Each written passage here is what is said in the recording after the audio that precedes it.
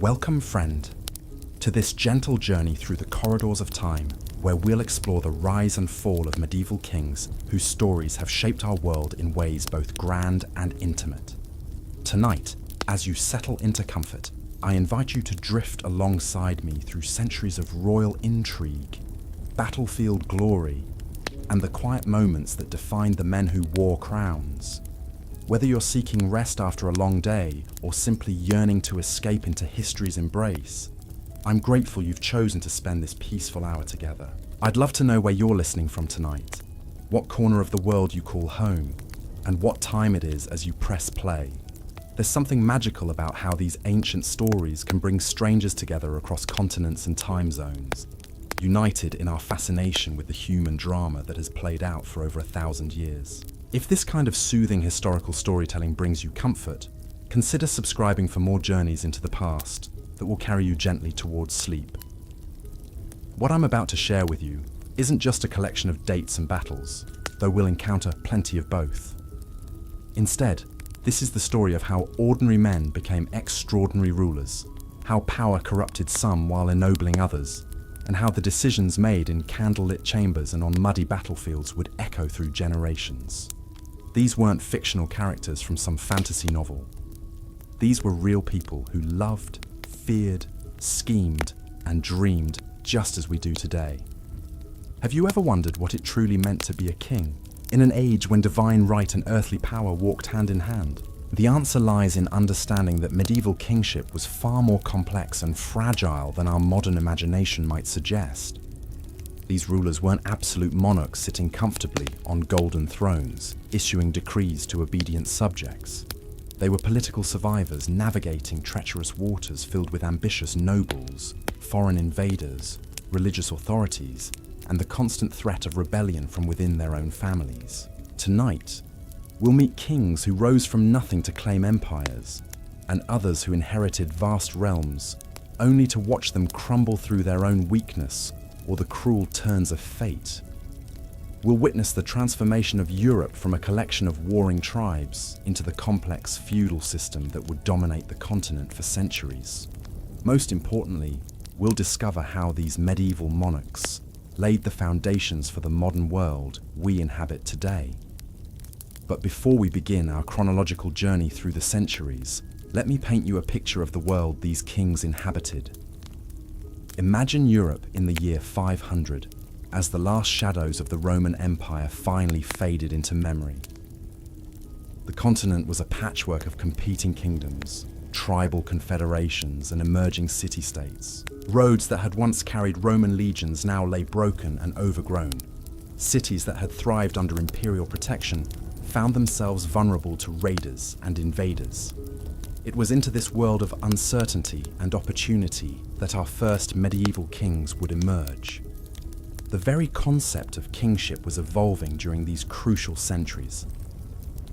Unlike the Roman emperors who had claimed authority through military might and bureaucratic efficiency, medieval kings drew their legitimacy from a complex mixture of tribal tradition, Christian blessing, and personal charisma.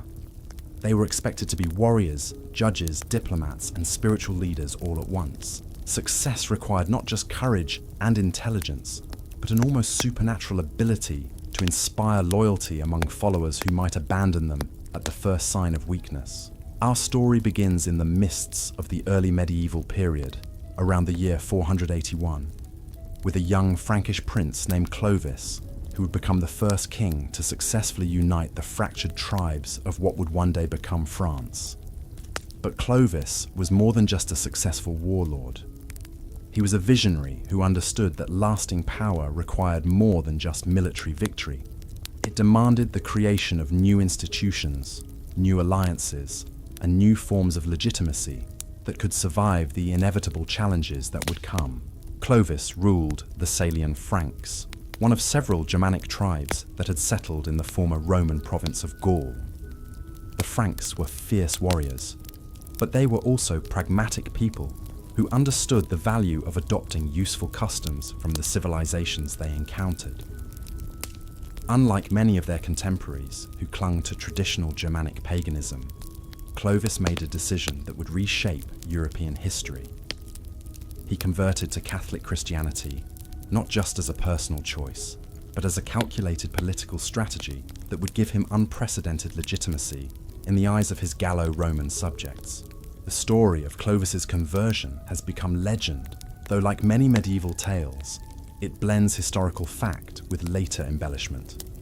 According to the chronicles, Clovis called upon the Christian god during a desperate battle against the Alemanni tribe, promising to convert if granted victory.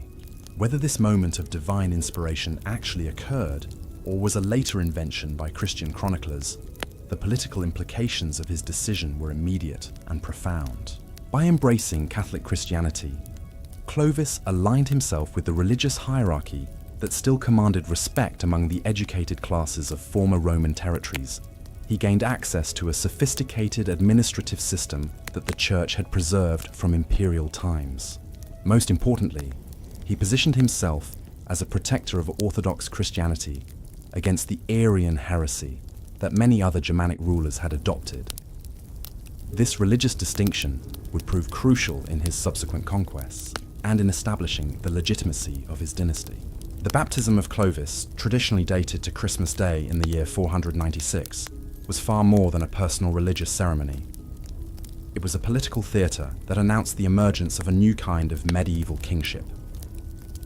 The ceremony took place in the Cathedral of Reims, conducted by Bishop Remigius, who allegedly declared that the king should burn what he had worshipped, and worship what he had burned. This dramatic moment symbolized not just personal transformation, but the fusion of Germanic warrior culture with Christian Roman civilization that would characterize medieval Europe for centuries to come. With his religious credentials established, Clovis began a systematic campaign of conquest and consolidation that would establish the Merovingian dynasty as the dominant power in Western Europe. His methods were brutal even by the standards of his violent age, but they were also remarkably effective. He defeated the Roman general Syagrius, the last remnant of imperial authority in Gaul, at the Battle of Soissons in 486. This victory eliminated the final obstacle to Frankish expansion southward and demonstrated that the age of Roman rule in Western Europe had truly ended. But Clovis understood that conquest without consolidation was meaningless. He spent years carefully integrating the diverse populations under his rule, respecting local customs where possible, while gradually imposing Frankish legal and administrative systems. He married Clotilde, a Burgundian princess who was already a Catholic, strengthening his religious credentials while forging a strategic alliance with another powerful Germanic kingdom. These marriage alliances would become a standard tool of medieval diplomacy, creating webs of obligation and mutual interest that could prevent wars or provide justification for them when necessary. The Frankish kingdom that Clovis created was neither fully Germanic nor fully Roman, but something entirely new. It combined the military effectiveness of tribal warriors with the administrative sophistication of imperial bureaucracy. It merged the personal loyalty systems of Germanic culture with the universal authority claims of Christian kingship. Most importantly, it established precedents for royal authority that would influence European political development for the next 1,000 years. One of Clovis's most significant innovations was his approach to law and justice. The Salic law, which governed Frankish society under his rule, represented a fascinating fusion of tribal customs with Roman legal principles. Unlike the arbitrary justice that characterized many early medieval societies, Salic law provided detailed procedures for resolving disputes, establishing compensation for various crimes, and protecting the rights of different social classes. This legal framework gave Clovis's subjects a sense of predictable justice that encouraged loyalty and discouraged rebellion. The military organization of the Frankish kingdom also reflected this blend of old and new. Clovis maintained the Germanic tradition of warrior bands personally loyal to their leader, but he also incorporated Roman tactical innovations and siege warfare techniques that gave his forces significant advantages over purely tribal armies. His success in capturing fortified cities like Toulouse and Bordeaux demonstrated the effectiveness of this hybrid military system and established patterns of warfare that would dominate medieval Europe. As Clovis aged, he faced the challenge that would plague medieval monarchs throughout our story: how to ensure peaceful succession in a system where royal authority was still largely personal rather than institutional Germanic tradition demanded that a king's lands be divided among all his sons. But such division inevitably weakened royal power and invited civil war. Clovis attempted to address this problem by eliminating potential rivals within his own family, including several other Frankish kings who might have challenged his son's authority. These murders, while shocking to modern sensibilities, were viewed as necessary statecraft in an age when political competition was literally a matter of life and death. When Clovis died in 511, he left behind a kingdom that stretched from the Rhine to the Pyrenees, from the North Sea to the Mediterranean. More importantly, he had established principles of medieval kingship that would influence European political development for centuries. The idea that royal authority derived from divine blessing, that kings had special responsibilities to protect the church and maintain justice, and that successful rule required both military prowess and political sophistication, all became fundamental characteristics of medieval monarchy. The immediate aftermath of Clovis's death illustrated both the strengths and weaknesses of early medieval kingship. According to Frankish custom, the kingdom was divided among his 4 sons, Theuderic, Clodomir, Childebert, and Clotaire. Each received a portion of their father's territories, along with a share of the royal treasure that symbolized their authority.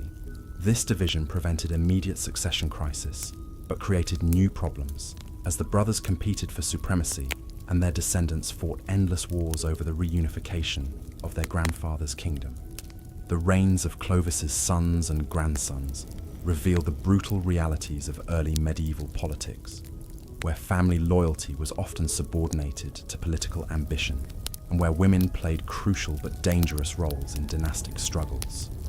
Queens like Brunhild and Fredegund became legendary figures whose feuds and alliances shaped the political landscape of 6th century Europe. Their stories remind us that medieval kingship was never just about individual monarchs, but about extended royal families whose internal dynamics could determine the fate of entire kingdoms. Yet despite the political fragmentation that followed Clovis's death, the Merovingian dynasty continued to expand Frankish influence throughout Europe. The conquest of Burgundy, the subjugation of Bavaria, and the ongoing wars against Visigothic Spain all demonstrated that Frankish military superiority remained intact, even when royal authority was divided.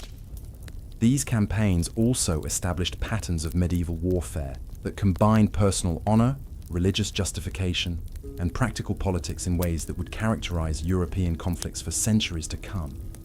The story of these early Frankish kings provides essential background for understanding the medieval world that would follow, but it also raises fundamental questions about power, legitimacy, and the relationship between rulers and ruled that would echo throughout our journey tonight. How does a successful warlord become a legitimate king? What obligations do rulers have to their subjects, and what happens when those obligations are ignored? How do religious and political authority interact in societies where both claim divine sanction? These questions become particularly relevant as we move deeper into the 6th century, where the Merovingian dynasty began to face challenges that would test every assumption about royal authority and divine blessing. The sons and grandsons of Clovis discovered that inheriting a crown was far easier than wearing it successfully, and their struggles would illuminate the fundamental tensions between personal charisma and institutional power that defined medieval kingship. The reign of Theodoric, Clovis's eldest son, exemplified both the possibilities and limitations of early medieval monarchy. Ruling from his capital at Reims, Theodoric inherited not just territory, but the complex web of relationships that his father had carefully constructed over decades. Unlike modern politicians who can rely on established institutions and bureaucratic systems, medieval kings like Theuderic had to maintain personal connections with hundreds of nobles, bishops, and local leaders whose loyalty could evaporate at the first sign of weakness or misfortune. Theudoric's approach to kingship revealed the delicate balance that successful medieval rulers had to maintain between strength and flexibility. He understood that royal authority in the 6th century was fundamentally consensual, dependent on the ongoing agreement of powerful subjects who could withdraw their support if they found alternative leadership more attractive or profitable. This meant that every royal decision had to be evaluated not just for its practical merits, but for its impact on the complex network of obligations and expectations that held the kingdom together. The challenge of maintaining noble loyalty was complicated by the fact that Frankish society was still transitioning from tribal to feudal organization. Many of the great families that served Theudoric could trace their ancestry back to independent Germanic chieftains who had voluntarily submitted to Frankish authority in exchange for protection and the opportunity to participate in profitable raids and conquests.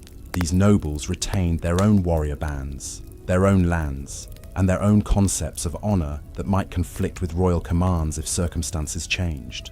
Theudoric's solution to this challenge was to transform conquest from an end in itself into a means of maintaining domestic stability.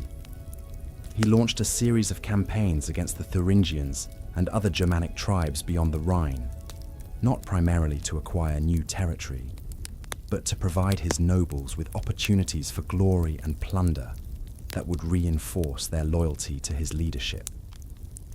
These expeditions served multiple purposes simultaneously. They eliminated potential threats to Frankish security. They provided wealth that could be distributed among supporters, and they channeled aristocratic ambitions in directions that strengthened rather than threatened royal authority. The success of these military ventures established patterns of medieval kingship that would persist for centuries. Successful monarchs learned to view warfare not just as a tool of expansion or defense, but as a form of domestic policy that could unite fractious nobles around common objectives, while providing the material rewards necessary to maintain their allegiance. This understanding would later influence figures like Charlemagne, William the Conqueror, and Richard the Lionheart, all of whom used external campaigns to address internal political challenges. But Theudoric's reign also revealed the inherent instability of early medieval political systems. When he died in 533, the careful balance he had maintained between competing noble factions began to collapse as his brothers moved to absorb his territories and redistribute his supporters among their own followers. The resulting conflicts illustrated how personal monarchies struggled to create institutions that could survive individual rulers and maintain continuity across generations. The period following Theudoric's death saw the emergence of two remarkable women who would dominate Frankish politics for the next half-century: Queen Brunhild and Queen Fredegund. Their rivalry would become legendary, spawning countless stories and serving as inspiration for later medieval romances. But their actual historical roles were far more complex than simple personal animosity might suggest. Both women understood that in a world where royal authority was intensely personal, those who could influence or control kings held tremendous power, even if they could never wear crowns themselves. Brunhild was a Visigothic princess who married into the Merovingian dynasty around 567, bringing with her not just a strategic alliance between two major Germanic kingdoms, but also a sophisticated understanding of court politics that she had learned in the cosmopolitan environment of Visigothic Spain. Her education included literacy in Latin, knowledge of Roman law, and familiarity with the administrative techniques that had allowed Visigothic kings to govern their diverse subjects effectively. These skills made her an invaluable advisor to her husband and later to her son and grandsons, but they also made her a target for nobles who resented foreign influence over Frankish policy. Fredegund represented a different path to power, rising from humble origins to become one of the most feared political operators of her generation. Originally a servant in the royal household, she used her intelligence and ruthless ambition to become the mistress and eventually the wife of King Chilperic. eliminating rivals through a combination of political maneuvering and carefully orchestrated violence. Her story illustrates how medieval courts, despite their emphasis on noble birth and aristocratic privilege, could still provide opportunities for exceptionally talented individuals to rise far above their original stations. The conflict between Brunhild and Fredegund was fought on multiple levels simultaneously, combining personal hatred with broader questions about the nature of royal authority and the proper role of women in medieval politics. Their rivalry involved assassinations, military campaigns, diplomatic intrigues, and religious controversies that drew in bishops, nobles, and foreign kings throughout Western Europe. The fact that two women could wield such influence in a supposedly male-dominated society reveals the complex realities of early medieval power structures, where formal authority and actual influence were often distributed very differently. One of the most significant aspects of this period was how it demonstrated the growing importance of literacy and administrative competence in medieval kingship. Both Brunhild and Fredegund surrounded themselves with educated advisors who could draft legal documents, conduct diplomatic correspondence, and maintain the complex records necessary to govern territories that included millions of subjects speaking different languages and following different customs. This emphasis on bureaucratic skill represented a crucial evolution in medieval statecraft, moving beyond the purely military leadership that had characterized earlier Germanic kingship toward more sophisticated forms of governance. The religious dimension of Frankish politics also became increasingly important during this period, as kings and queens competed to demonstrate their piety and secure the support of powerful bishops who controlled significant wealth and influence. The church had emerged as one of the few institutions that provided continuity and stability in a world of constantly shifting political alliances, and successful rulers learned to work closely with ecclesiastical authorities while carefully managing the tensions between secular and spiritual authority. The reign of Dagobert, who ruled from 629 to 639, represented the last flowering of effective Merovingian kingship before the dynasty began its long decline into ceremonial irrelevance. Dagobert succeeded in temporarily reuniting most of the Frankish territories under his personal authority, demonstrating remarkable political and military skills that recall the achievements of his ancestor Clovis. His court became a center of learning and artistic patronage that attracted scholars and craftsmen from throughout Europe, producing magnificent works of goldsmithing and manuscript illumination that still survive as testimony to the cultural sophistication of 7th century Frankish civilization.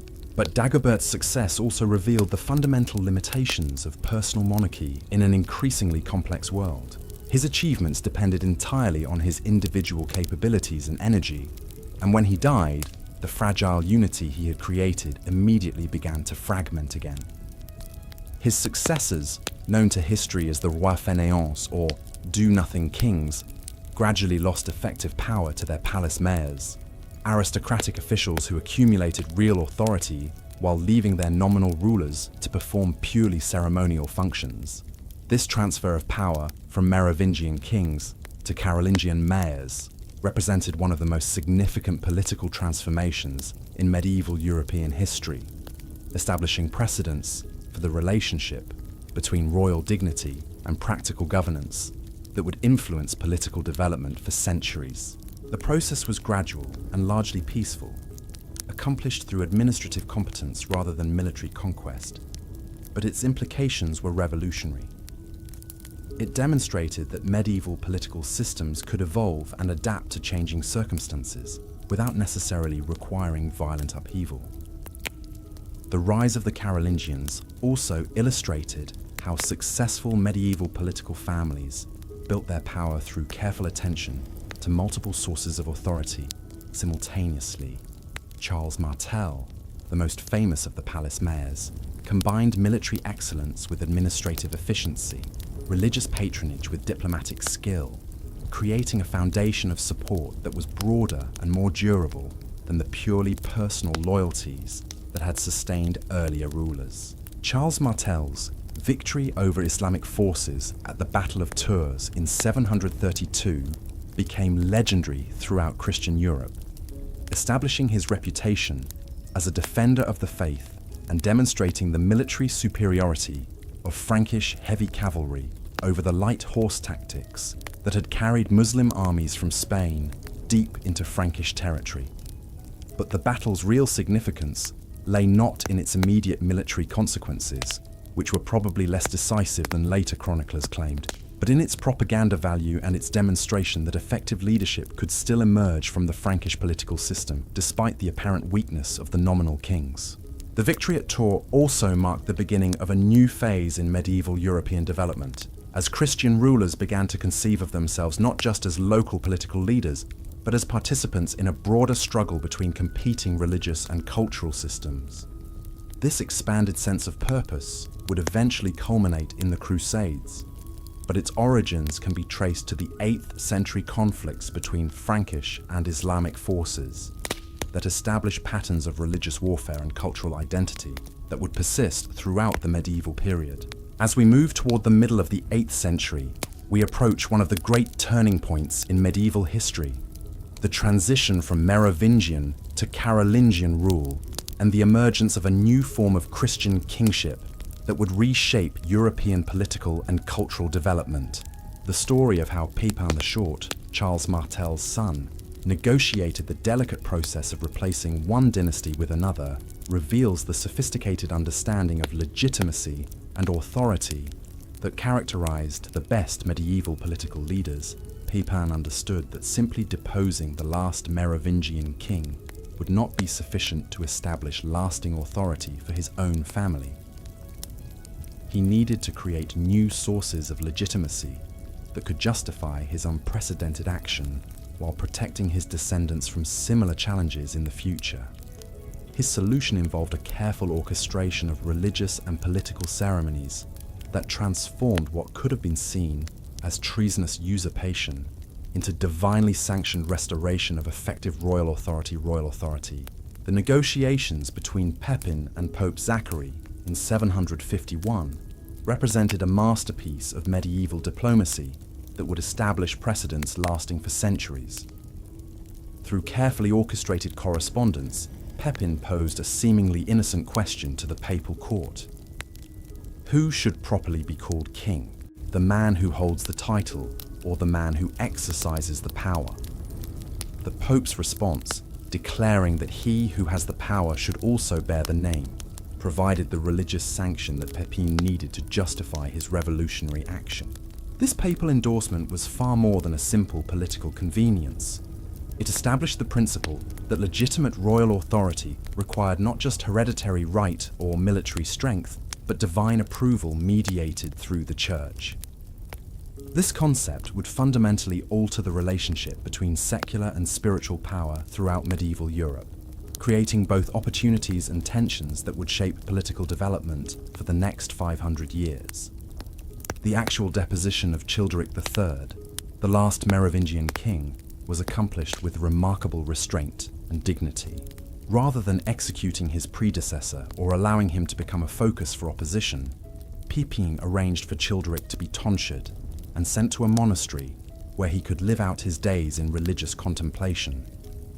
This merciful treatment demonstrated political wisdom while establishing the precedent that defeated rulers could find honorable refuge in ecclesiastical life rather than facing inevitable death or exile.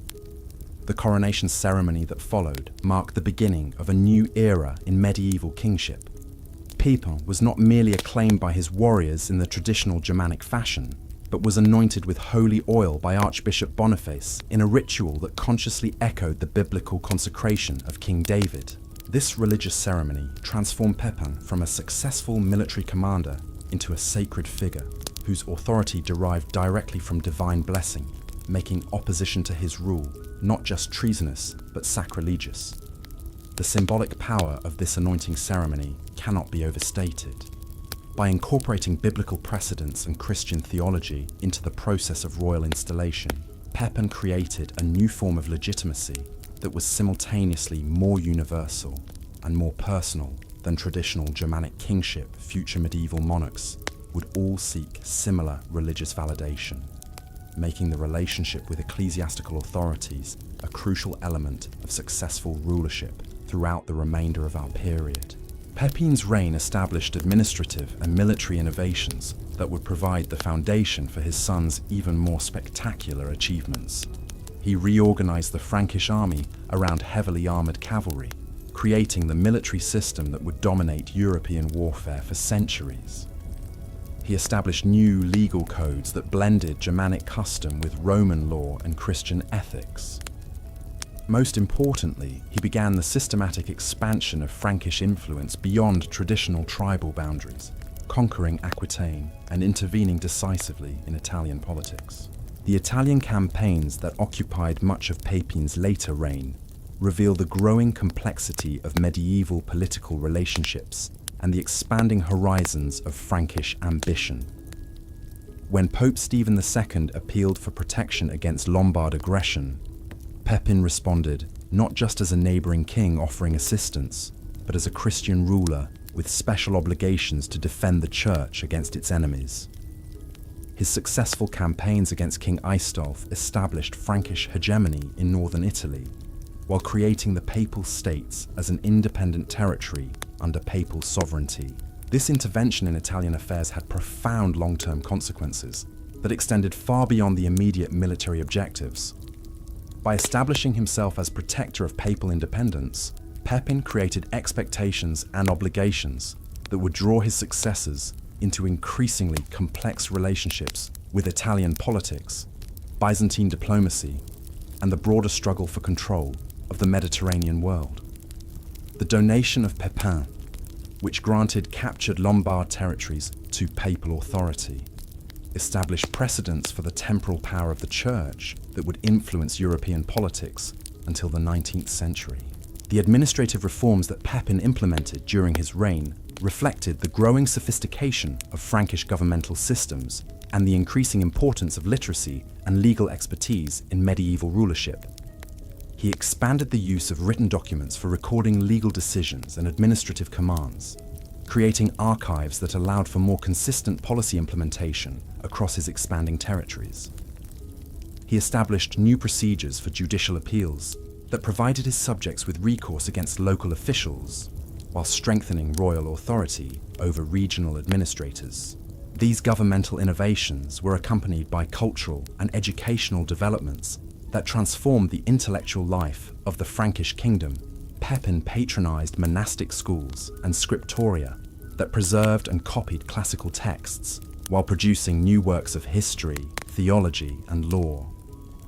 He attracted scholars from throughout Europe to his court, creating an intellectual environment that would reach full flowering under his son's patronage. His support for missionary activities extended Frankish influence into Germanic territories beyond the Rhine, while spreading Christian civilization among peoples who had previously remained outside the Roman cultural sphere. The question of succession that had plagued earlier medieval dynasties was addressed by Pepin through careful planning that combined traditional Germanic customs with new Christian concepts of royal legitimacy. Rather than dividing his kingdom equally among all his sons, he designated his eldest, Charles, as his primary heir, while providing appropriate territories and resources for his younger son, Carloman. This arrangement preserved the unity of royal authority while satisfying aristocratic expectations about the treatment of royal children. When Pepin died in 768, he left behind a kingdom that was far larger, more prosperous, and more sophisticated than the territories he had inherited from his father. More importantly, he had established new principles of royal legitimacy and governmental organization that would enable his successors to achieve even greater things. The Frankish kingdom that Charles inherited was not just a collection of conquered territories held together by personal loyalty, but a genuine state with institutions, laws, and administrative systems capable of governing millions of diverse subjects effectively. The early years of Charles's reign, before he became known to history as Charlemagne, revealed both the opportunities and challenges that faced medieval monarchs in the late 8th century. The death of his brother Carloman in 771 eliminated the potential for civil war over territorial division. while creating new administrative burdens as Charles absorbed his brother's lands and followers. This process required delicate negotiation with nobles who had served Carloman, careful redistribution of offices and rewards to maintain political balance, and military campaigns to suppress regional leaders who saw the succession crisis as an opportunity for rebellion. Charles's approach to these challenges demonstrated the political maturity and strategic vision that would characterize his entire reign. Rather than simply imposing his authority through force, he worked systematically to win over potential opponents through generous treatment, expanded opportunities for advancement, and inclusion in his expanding circle of advisors and administrators. He understood that lasting royal authority required not just the ability to defeat enemies, but the capacity to transform them into supporters who had genuine stakes in the success of his government. The military campaigns that occupied much of Charles's early reign were not merely aggressive expansion, but carefully planned operations designed to address specific threats to Frankish security, while providing opportunities for his nobles to gain wealth and glory through service to the crown. His conquest of the Lombard kingdom eliminated a chronic source of instability in northern Italy, while demonstrating Frankish military superiority to potential enemies throughout Europe. His campaigns against the Saxons began a decades-long struggle that would ultimately extend Christian civilization deep into Germanic territories that had never acknowledged Roman authority. These Saxon wars, which would continue intermittently for over 30 years, revealed both the possibilities and limitations of medieval military power. Charles possessed advantages in organization, equipment, and strategic resources that made Frankish victory almost inevitable in major battles. But the nature of Saxon society and the geography of their territories made lasting conquest extremely difficult to achieve. The Saxons fought not as a unified kingdom under centralized leadership, but as a confederation of tribes and local communities that could continue resistance even after major defeats had eliminated their organized military forces. Charles's solution to this challenge involved a combination of military pressure, administrative innovation, and religious conversion that transformed the nature of medieval conquest. Rather than simply defeating Saxon armies and imposing Frankish tribute, he worked systematically to replace Saxon social and religious institutions with Christian alternatives that would create new loyalties and new forms of organization compatible with Frankish political systems. This approach required not just military commanders, but missionaries, administrators, and colonists who could establish the infrastructure necessary for permanent political transformation. The forced conversion of the Saxon population represented one of the most controversial aspects of Charles's reign, involving methods that were brutal even by medieval standards. Thousands of Saxon nobles were executed or exiled for refusing to accept Christian baptism, while entire communities were relocated to prevent the maintenance of traditional religious practices. These policies achieved their immediate objectives by eliminating organized resistance to Frankish rule, but they also created lasting resentment that would influence German political development for centuries. The religious dimension of Charles's conquests reflected broader changes in medieval Christian thought about the proper relationship between political authority and spiritual mission.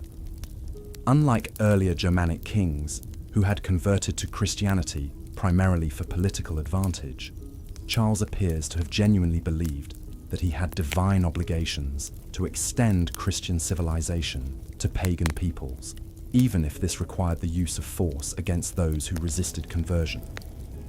This sense of religious mission would later influence the development of crusading ideology and provide justification for European expansion into non-Christian territories throughout the medieval period. The administrative challenges created by Charles's expanding empire required innovations in governmental organization that would influence European political development for centuries. Traditional Frankish methods of personal rule through direct relationships with local nobles were inadequate for governing territories that stretched from the Atlantic to the Elbe, from the North Sea to central Italy. Charles responded by creating new administrative districts called counties, each governed by appointed officials who were responsible directly to royal authority rather than to local aristocratic hierarchies. This county system represented a significant evolution in medieval governmental organization, establishing principles of centralized administration and bureaucratic accountability that would later be adopted throughout Europe. County officials were expected to maintain written records of their activities, submit regular reports to royal inspectors, and participate in annual assemblies where policies were discussed and administrative problems addressed. This system provided Charles with unprecedented control over local governance, while creating career opportunities for educated administrators who could advance through merit rather than birth alone. The cultural and intellectual achievements of Charles's court reflected the growing sophistication of Frankish civilization and the expanding horizons of medieval Christian thought. He attracted scholars from throughout Europe to his palace school, creating an intellectual environment that produced advances in theology, law, literature, and natural philosophy. The Carolingian Renaissance that flourished under his patronage preserved and transmitted classical learning, while developing new forms of artistic and literary expression that would influence European culture for centuries. The educational reforms implemented during Charles's reign had lasting impact on European intellectual development. He mandated the establishment of schools in cathedral and monastic centers throughout his empire, creating educational opportunities for both clerical and lay students. He standardized curricula that emphasized literacy, numeracy, and basic theological knowledge, while encouraging the development of local libraries and scriptoria. These educational initiatives created a literate class that could staff the expanding governmental bureaucracy while preserving and transmitting the cultural heritage of Christian civilization. The legal reforms that Charles implemented reflect his understanding that effective governance required consistent and predictable judicial procedures that could command respect from diverse populations with different customary practices. He commissioned the systematic compilation of existing Frankish laws while incorporating elements from Roman legal tradition and Christian ethical teaching. The resulting legal codes provided clearer guidance for judges and administrators, while establishing principles of justice that emphasized royal responsibility for protecting the weak against oppression by the powerful. The coronation of Charles as Roman Emperor on Christmas Day in the year 800 represented the culmination of his remarkable reign and the beginning of a new chapter in medieval European history. This unprecedented ceremony, conducted by Pope Leo III in St. Peter's Basilica, created a new form of imperial authority that combined Frankish military power with Roman political tradition and Christian religious sanction. The event marked the formal restoration of Western imperial dignity after more than 3 centuries of fragmentation following the fall of the last Western Roman emperors. The circumstances surrounding Charles's imperial coronation reveal the complex political calculations that influenced major decisions in medieval Europe. Pope Leo III, facing serious challenges to his authority from Roman aristocratic factions, needed powerful military protection that only Charles could provide. Charles, despite his later claims of surprise at the papal initiative, had been preparing for expanded imperial responsibilities through diplomatic contacts with Constantinople and administrative reforms that anticipated governance of a truly universal Christian empire. The immediate consequences of the imperial coronation extended far beyond the personal honor accorded to Charles himself. By reviving the Western imperial title, the ceremony created new possibilities for European political organization while establishing precedents that would influence imperial-papal relations for centuries. Future medieval emperors would all seek similar religious validation for their authority, while popes would claim the right to judge imperial worthiness and, if necessary, to transfer imperial dignity to more suitable candidates. The administrative challenges of governing a truly imperial territory required Charles to develop new institutions and procedures that went beyond the county system he had created for ruling the Frankish kingdom. He established a network of imperial inspectors who traveled throughout the empire, monitoring local administration, investigating complaints against officials, and ensuring compliance with imperial policies. These missi dominici, as they were called, provided direct links between central authority and local governance, while creating opportunities for capable administrators to advance through imperial service.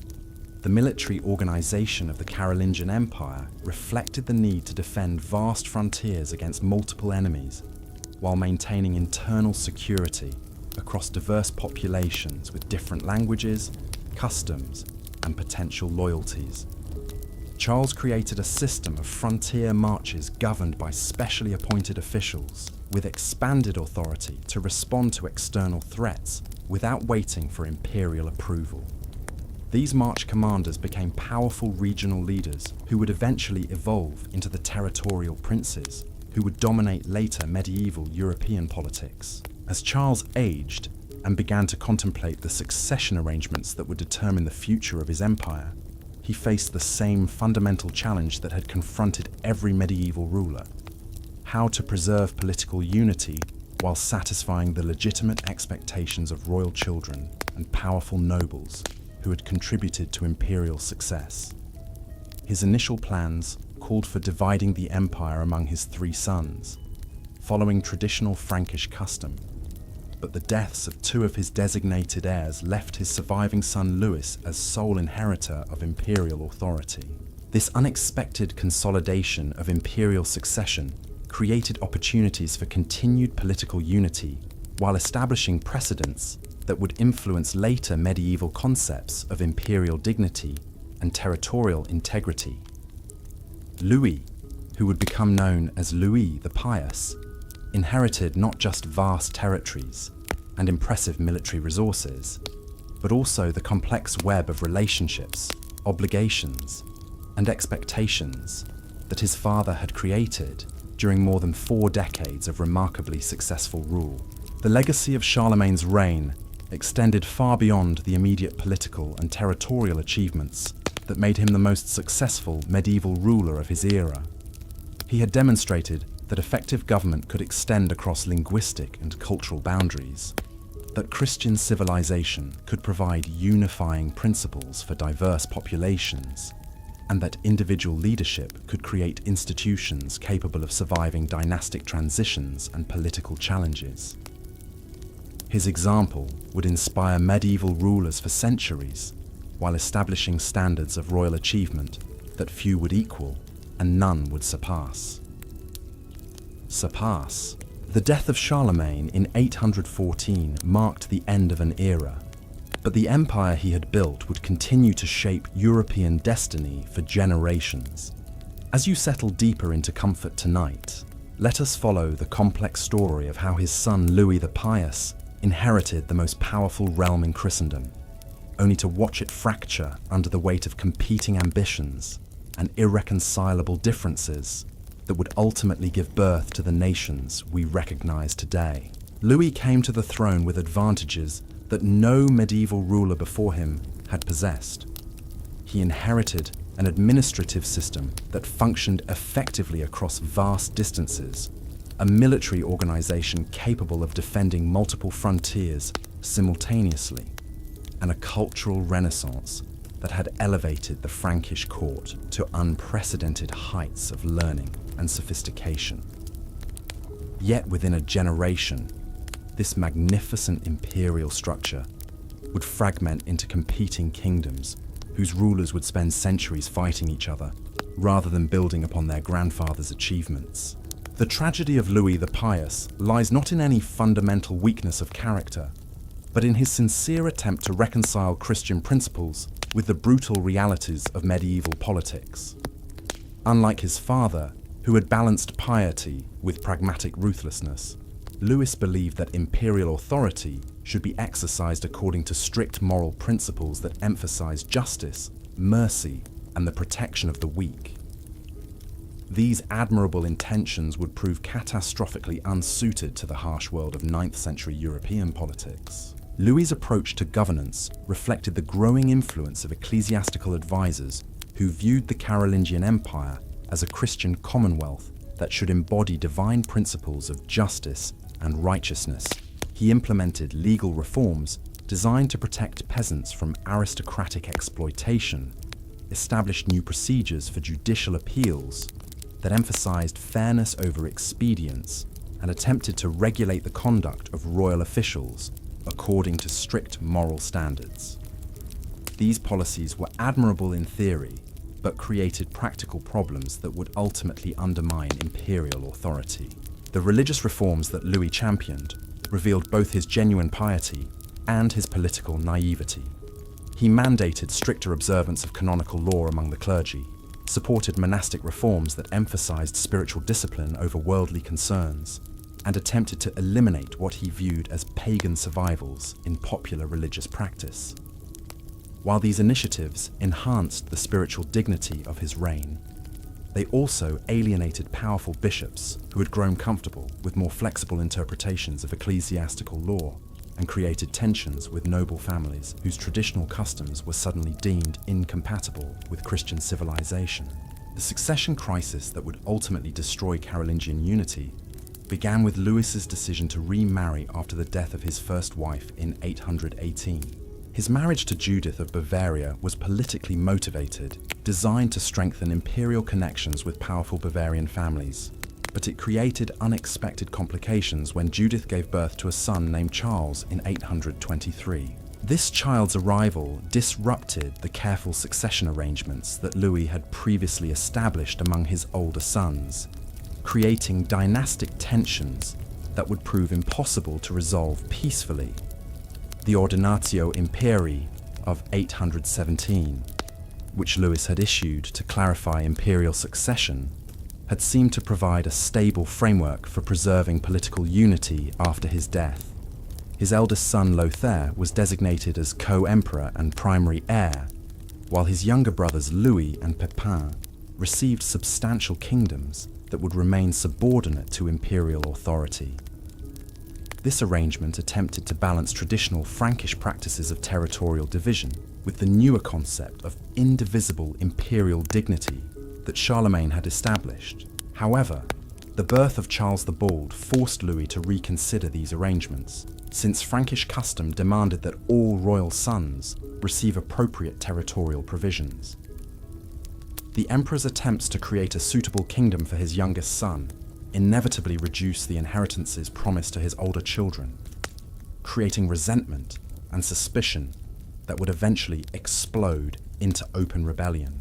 The complex negotiations and territorial adjustments that followed revealed the fundamental incompatibility between imperial unity and traditional Germanic succession practices. The rebellion of 830, led by Louis's older sons with support from disaffected nobles and bishops, represented one of the most dramatic political crises in medieval European history.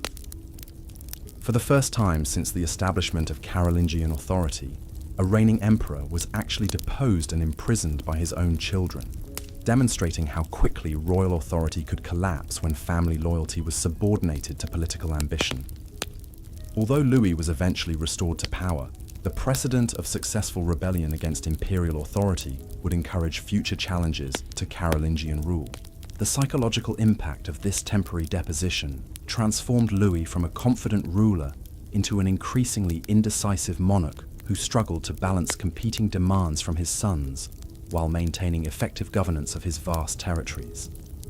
His attempts to satisfy all parties through repeated territorial redistributions created chronic instability that prevented the development of coherent policies for addressing the empire's growing external threats. Viking raiders began to probe Frankish defenses along the northern coasts, while Magyar horsemen launched devastating attacks against the eastern frontiers. The Treaty of Verdun in 843, negotiated among Louis's surviving sons after his death in 840, formally divided the Carolingian Empire into 3 separate kingdoms that would eventually evolve into France, Germany, and Italy. This partition was presented as a temporary arrangement that preserved the theoretical unity of the empire while providing practical solutions to dynastic competition. But in reality, it marked the permanent fragmentation of Charlemagne's achievement and the beginning of centuries of warfare among his descendants. Louis the German, who received the Eastern Kingdom, inherited territories that included modern Germany, Austria, and portions of Eastern Europe that had been conquered during Charlemagne's Saxon campaigns. His realm faced constant pressure from Slavic tribes and Magyar raiders, who recognized that the division of imperial authority had created new opportunities for territorial expansion.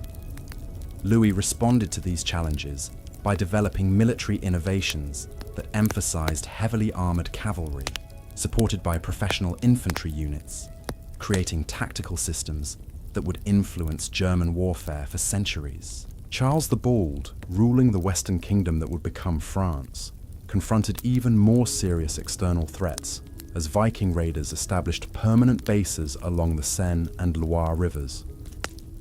These Scandinavian warriors possessed advantages in mobility and surprise that made traditional Frankish military responses inadequate, forcing Charles to develop new defensive strategies that combined fortified positions with rapid response forces. His struggles against Viking incursions revealed both the resilience and limitations of Carolingian governmental systems under extreme pressure. Lothair, who retained the imperial title along with a central kingdom stretching from the North Sea to central Italy, faced the impossible task of maintaining imperial dignity while governing territories that lacked geographical coherence or shared cultural identity.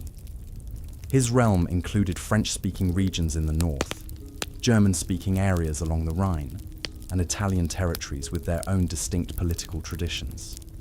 This artificial political creation would prove unsustainable, fragmenting further after Lothair's death in 855 and creating the complex patchwork of competing principalities that would characterize medieval European politics. The cultural consequences of Carolingian fragmentation were as significant as the political divisions that captured contemporary attention. The unified intellectual environment that had flourished under Charlemagne's patronage gave way to regional centers of learning that developed distinct scholarly traditions and cultural identities. The palace school that had once attracted the best minds from throughout Europe was replaced by competing courts that used cultural patronage to assert their political legitimacy and attract talented individuals who might otherwise have served rival dynasties. The Viking raids that intensified throughout the 9th century represented more than simple military challenges to Carolingian authority. These Scandinavian expeditions revealed fundamental weaknesses in the governmental systems that Louis the Pious and his successors had inherited from Charlemagne. The county administration that had functioned effectively during periods of imperial unity proved inadequate for coordinating defensive responses when royal authority was divided among competing rulers who prioritized dynastic interests over collective security. The siege of Paris in 885 to 886 illustrated both the vulnerability of Carolingian territories to external attack and the emergence of new forms of local leadership that would eventually replace imperial authority throughout much of Western Europe. Count Odo of Paris, who organized the city's successful defense against Viking assault, demonstrated that effective military leadership could emerge from regional nobles who possessed the resources and determination to protect their territories when imperial assistance proved unavailable or inadequate. The gradual rise of territorial principalities during the late 9th and early 10th centuries reflected broader changes in European society that made traditional forms of royal authority increasingly obsolete. Local nobles, who possessed fortified positions, trained military forces, and administrative capabilities, began to assume governmental responsibilities that imperial officials could no longer fulfill effectively. This transformation created new political structures that were more responsive to immediate threats, but less capable of coordinating large-scale policies or maintaining cultural unity across extensive territories. The emergence of feudalism as the dominant form of social and political organization represented an adaptation to the practical realities of European life. In an age when central authority had collapsed and local self-defense had become essential for survival. The complex web of personal relationships between lords and vassals that characterized feudal society provided security and order when traditional governmental institutions proved inadequate. But it also created new forms of fragmentation that would persist for centuries. The military innovations that developed during this period of political fragmentation reflected the changing nature of European warfare and the growing importance of heavily armored cavalry in medieval military systems. The development of improved horse breeding, more effective weapons and armor, and new tactical formations transformed European armies from the infantry-based forces that had served Charlemagne into the mounted warriors who would dominate medieval battlefields for the next 4 centuries. The castle-building revolution that swept across Europe during the 10th and 11th centuries provided both defensive capabilities and symbols of aristocratic authority that would fundamentally alter the European landscape. These fortified residences served multiple functions simultaneously, providing military bases for territorial control, administrative centers for local governance, and cultural symbols that demonstrated noble power and prestige. The investment required to construct and maintain these fortifications created new forms of economic organization, while establishing physical foundations for the decentralized political systems that would characterize medieval Europe. The economic changes that accompanied political fragmentation included the decline of long-distance trade networks that had flourished under Carolingian protection, and the emergence of more localized commercial systems that reflected the reduced scale of political organization towns and cities that had thrived as administrative centers for imperial governance adapted to new roles as regional markets and craft production centers, developing forms of urban organization that would eventually challenge the rural-based feudal system. The religious developments of this period reflected both continuity with Carolingian traditions and adaptation to new political realities. Monastic communities that had flourished under imperial patronage found themselves increasingly dependent on local noble families for protection and support, creating new relationships between spiritual and secular authority that would influence ecclesiastical development for centuries. The emergence of proprietary churches, where local nobles controlled appointments and resources, represented a significant departure from earlier attempts to maintain clerical independence from secular interference. The intellectual traditions established during the Carolingian Renaissance survived the political fragmentation of the empire, but were transformed by the new circumstances in which scholars and educators found themselves. Regional courts and monastic centers became the primary patrons of learning, creating diverse intellectual environments that developed distinct approaches to theology, philosophy, and natural knowledge.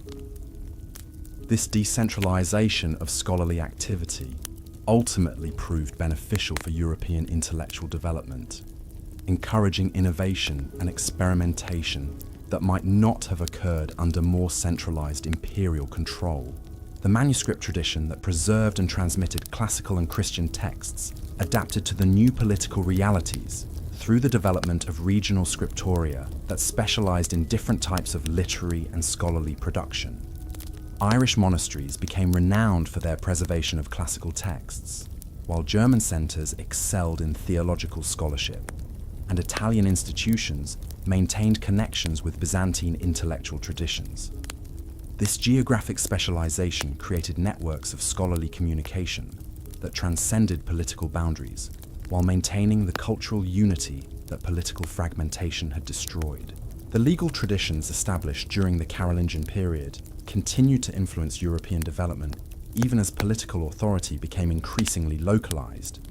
The legal codes compiled under Charlemagne and Louis the Pious provided foundations for later medieval law, while adapting to new circumstances through local interpretation and application.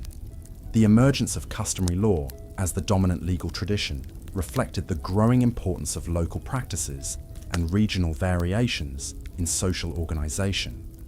The transformation of European society during the 9th and 10th centuries created new opportunities for individual advancement and social mobility that had been limited under more centralized imperial systems. Local nobles who demonstrated military competence and administrative ability could rise rapidly in status and wealth, while merchants and craftsmen found new markets and opportunities in the emerging urban centres. This increased social fluidity would eventually contribute to the dynamic quality that characterised later medieval civilization. As we approach the end of the 10th century, we witness the emergence of new royal dynasties that would attempt to restore the unity and authority that the Carolingians had lost. The rise of the Ottonian dynasty in Germany, the establishment of Capetian rule in France, and the continued evolution of Italian political structures would create new possibilities for European development while building upon the foundations that Charlemagne and his successors had established. These new rulers would face many of the same challenges that had confronted their predecessors, but they would bring different solutions and create different legacies that would shape European civilization for centuries to come. The story of how medieval kingship evolved from the tribal leadership of early Germanic society to the sophisticated imperial systems of the Carolingian period, and then adapted to the decentralized realities of feudal Europe, reveals the remarkable flexibility and resilience of European political traditions. Each generation of rulers faced unique challenges and opportunities that required new approaches to governance, military organization, and cultural patronage. Their successes and failures created the complex tapestry of medieval European civilization that would provide the foundation for modern European development. Tonight, as you drift toward peaceful sleep, remember that these ancient struggles and achievements continue to influence our world in ways both obvious and subtle. The governmental institutions, legal traditions, cultural values, and social structures that we take for granted today were forged in the crucible of medieval European politics by men and women whose names have echoed through the centuries. Their stories remind us that human societies are constantly evolving, adapting to new challenges while preserving the wisdom and achievements of previous generations. The medieval kings whose reigns we have followed tonight were neither superhuman heroes nor cartoonish villains, but complex individuals who struggled with the same fundamental questions about power, responsibility, and legacy that continue to challenge leaders today. Their examples provide both inspiration and warning, demonstrating the possibilities for human achievement while revealing the dangers of unchecked ambition and the inevitable consequences of political failure.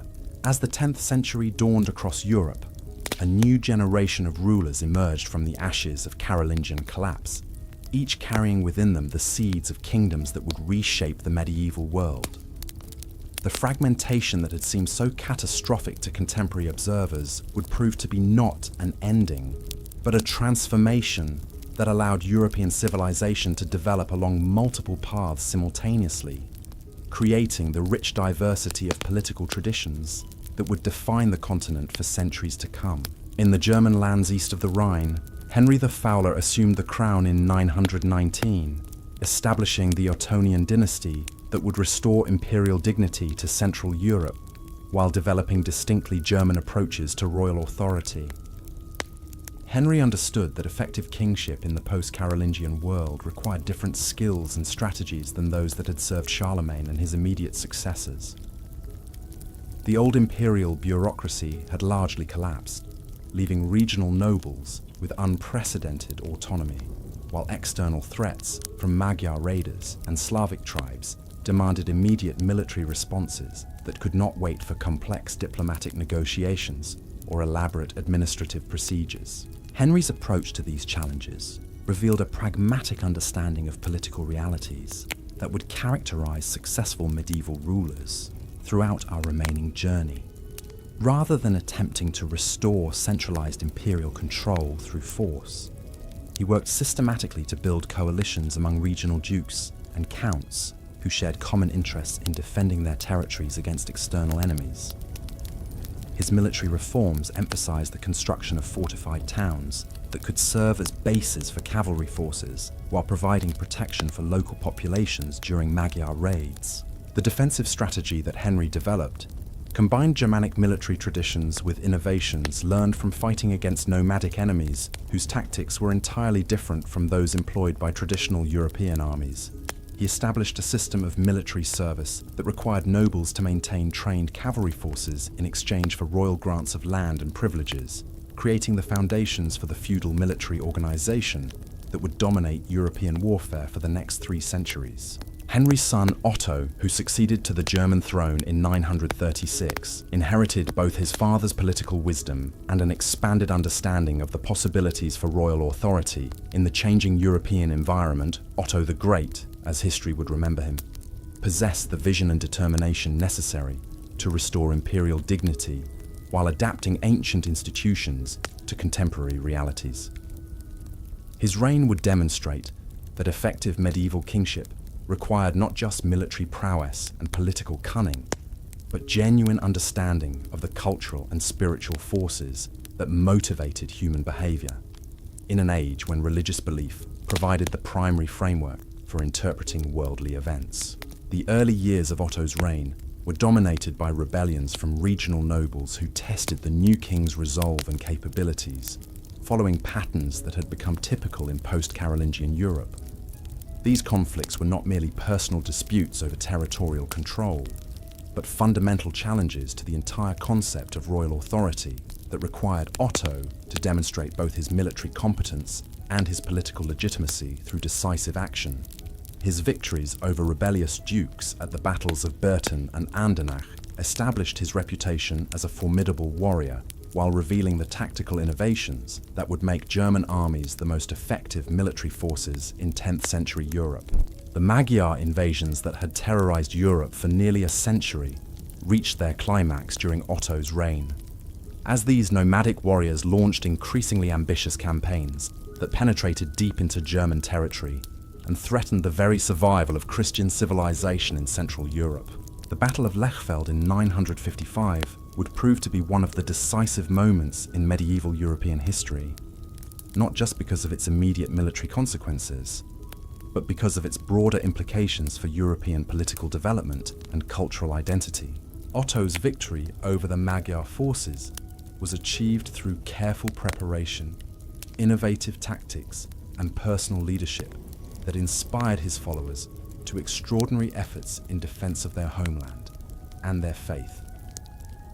The German army that triumphed at Lechfeld combined the disciplined formations of professional cavalry with the desperate courage of men fighting for everything they held dear. The battle demonstrated that European military systems had evolved sufficiently to defeat nomadic enemies who had previously seemed invincible, while establishing Otto's reputation as a defender of Christendom who deserved imperial recognition. The aftermath of Lechfeld transformed European political relationships by eliminating the Magyar threat that had prevented stable governmental development throughout Central Europe for generations.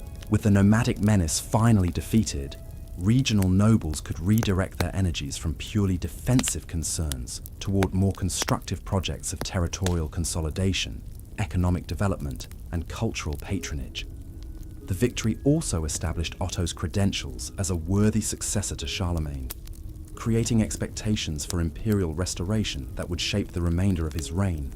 The Italian campaigns that occupied much of Otto's later career reflected both his personal ambitions and the broader dynamics of European political development in the 10th century.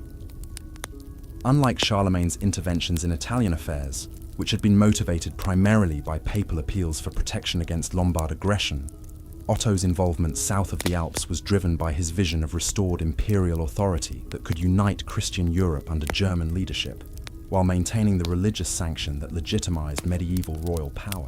The political situation in Italy during the mid-10th century was extraordinarily complex, with competing factions among Roman nobles, ambitious Lombard princes, and Byzantine officials, all maneuvering for advantage, while papal authority fluctuated according to the personal capabilities and political connections of individual popes. Otto recognized that effective intervention in this chaotic environment required not just military force, but sophisticated diplomatic skills and genuine understanding of Italian political traditions. that differed significantly from Germanic customs. The marriage alliance that Otto arranged between his son and the Byzantine princess Theophanu revealed his understanding that successful imperial policy required integration with broader Mediterranean political systems, rather than simple domination through military conquest. This diplomatic initiative created connections between German and Byzantine courts that would influence European development for centuries, while demonstrating that 10th century rulers possessed far more sophisticated approaches to international relations than their early medieval predecessors. The imperial coronation of Otto by Pope John XII in 962 represented both the culmination of his remarkable reign and the beginning of a new chapter in the complex relationship between secular and spiritual authority that would define medieval European politics. Unlike Charlemagne's coronation, which had surprised contemporary observers and created precedents that were still being interpreted, Otto's imperial elevation was carefully planned and thoroughly negotiated, reflecting the accumulated wisdom of nearly 2 centuries of experience with the practical implications of restored imperial dignity. The Ottonian Empire that emerged from these developments differed significantly from its Carolingian predecessor in both its geographical extent and its administrative organization. While Charlemagne had ruled territories stretching from Spain to Poland, Otto's authority was more concentrated, but also more intensive, focusing on the German heartland while extending imperial influence into Italy and Eastern Europe through carefully managed alliances and tributary relationships. This more limited but more coherent territorial base would prove more sustainable than the unwieldy Carolingian domains that had proved impossible to govern effectively. The administrative innovations that Otto implemented reflected lessons learned from Carolingian failures while adapting to the changed circumstances of 10th century European society. Rather than attempting to recreate the county system that had served Charlemagne, Otto worked through existing ducal and episcopal structures, strengthening royal authority through personal relationships and mutual obligations rather than bureaucratic control. This approach proved more flexible and responsive to local conditions, while maintaining the essential elements of royal authority necessary for effective governance. The ecclesiastical policies that Otto pursued throughout his reign demonstrated his understanding that successful medieval kingship required close cooperation with religious authorities who commanded resources and influence that no secular ruler could ignore. His appointments of bishops and abbots reflected both political calculations and genuine concern for spiritual welfare, creating a synthesis of secular and religious authority that would characterize the German imperial system for centuries. The palace chapel that served as his primary administrative institution combined governmental functions with religious observance in ways that embodied the fundamental unity of medieval Christian civilization. The cultural renaissance that flourished under Ottonian patronage built upon Carolingian foundations while developing distinctively German characteristics that reflected the empire's geographical position and political relationships. The court school established by Otto attracted scholars from throughout Europe, creating intellectual exchanges that contributed to advances in theology, law, natural philosophy, and artistic expression. The manuscript tradition that developed in Ottonian scriptoria preserved and transmitted classical texts while producing original works that would influence European thought for generations. The military reforms that Otto implemented created the foundations for German dominance in European warfare that would persist throughout the medieval period. His emphasis on heavily armored cavalry supported by disciplined infantry formations established tactical principles that would be copied throughout Europe, while providing German armies with decisive advantages over their enemies. The castle-building program that he sponsored transformed the German landscape, while creating defensive capabilities that could protect his territories against future invasions. The economic developments that occurred during Otto's reign reflected the growing prosperity and stability that effective royal government could provide when external threats were eliminated and internal conflicts resolved. Trade networks that had been disrupted by Magyar raids were restored and expanded, connecting German territories with Italian cities and Byzantine markets. Agricultural production increased as farmers could work their lands without constant fear of nomadic attacks, while urban centers grew as craftsmen and merchants found new opportunities in the expanding economy. The legal traditions that Otto maintained and developed combined Germanic customary law with Roman legal principles and Christian ethical teachings, creating judicial systems that commanded respect from diverse populations while providing consistent procedures for resolving disputes and maintaining order. The royal courts that he established served as models for regional judicial institutions while providing appeals processes that strengthened royal authority over local administrators. The succession arrangements that Otto established for his son Otto II reflected his understanding of the lessons learned from Carolingian failures while adapting to the specific circumstances of German imperial governance. Rather than dividing his territories among multiple heirs, he designated his eldest son as sole successor while providing appropriate positions within the imperial administration for other family members. This approach preserved the unity of royal authority while satisfying Germanic traditions regarding the treatment of royal children. The reign of Otto II, from 973 to 983, revealed both the strengths and limitations of the imperial system that his father had established. The younger Otto inherited extraordinary resources and capabilities, but he also faced challenges that tested every aspect of Ottonian governmental innovations. His attempts to extend imperial authority deeper into Italy brought him into direct conflict with Byzantine forces and Muslim raiders who possessed military capabilities that German armies had never previously encountered. The Battle of Stilo in 982, where Otto II suffered a devastating defeat at the hands of Muslim forces in southern Italy, demonstrated that even the most successful medieval military systems had limitations when confronted with unfamiliar enemies and unfavorable terrain.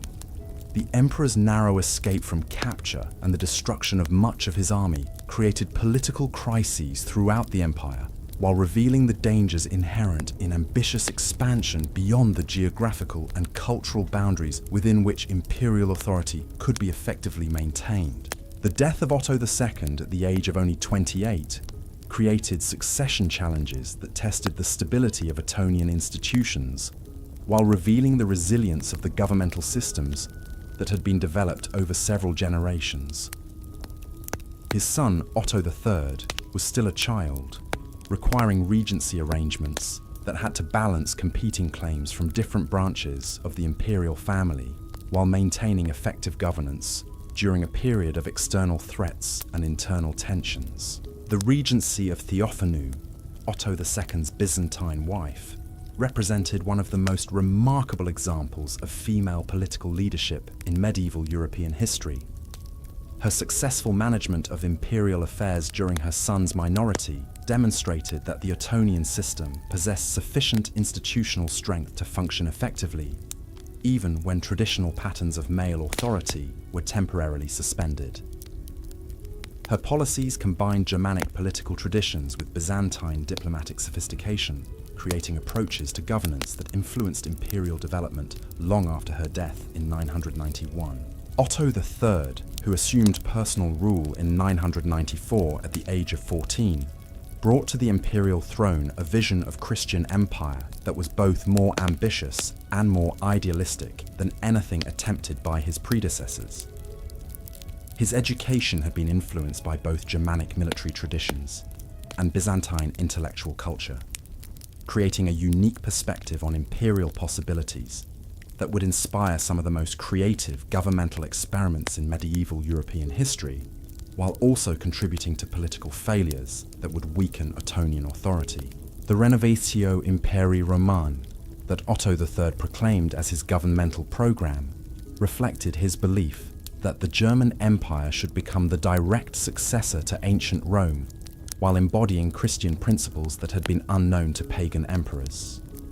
This vision required not just political and military dominance, but cultural and spiritual leadership that could unite all Christian peoples under imperial authority.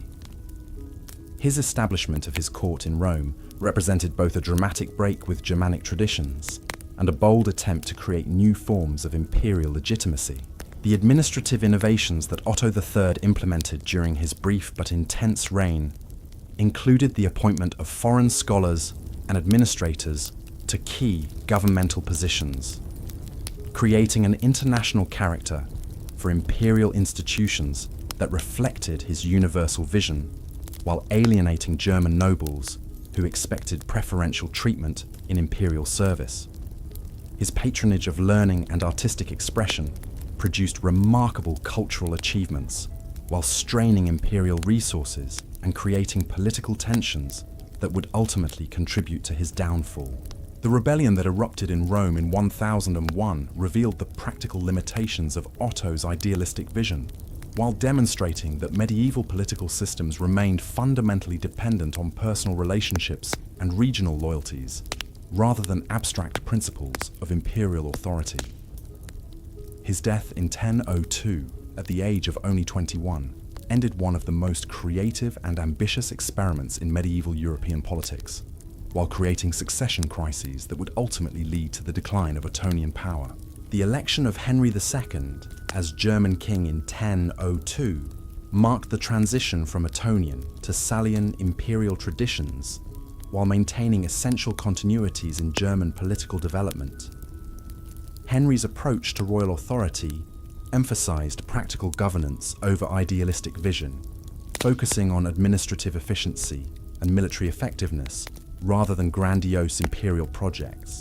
His policies would establish foundations for German dominance in medieval Europe, while avoiding the overextension that had weakened his predecessors across the Rhine in the Western kingdoms that would eventually become France.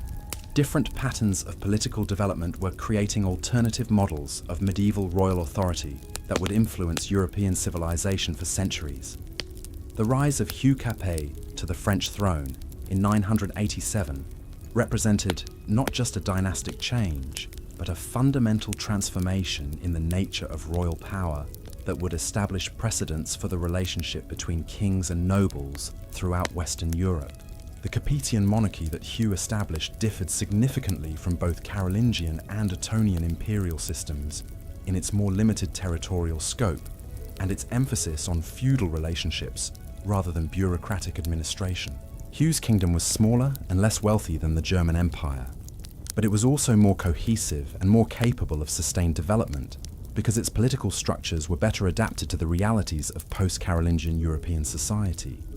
The gradual expansion of Capetian authority over the next 2 centuries would demonstrate alternative approaches to medieval state building that emphasized patience, diplomacy, and institutional development, rather than dramatic military conquests or idealistic governmental programs.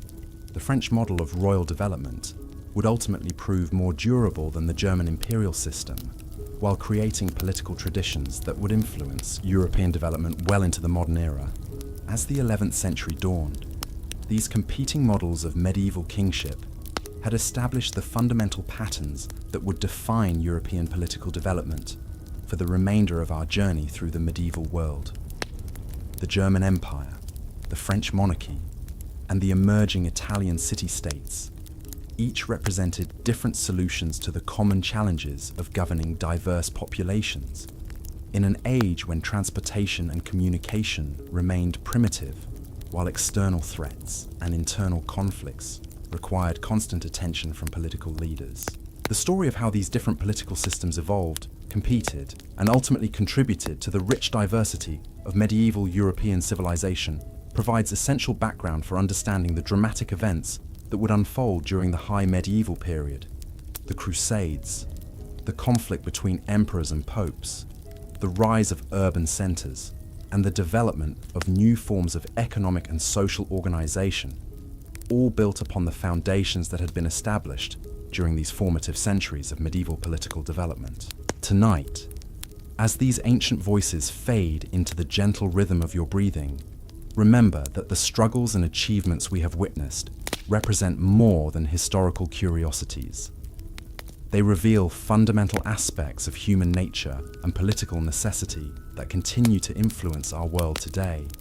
The medieval kings whose stories we have followed faced many of the same challenges that confront modern leaders: how to balance competing interests, how to maintain authority while serving the common good, how to preserve stability while adapting to changing circumstances, and how to create lasting institutions that can survive the inevitable transitions between generations of leadership.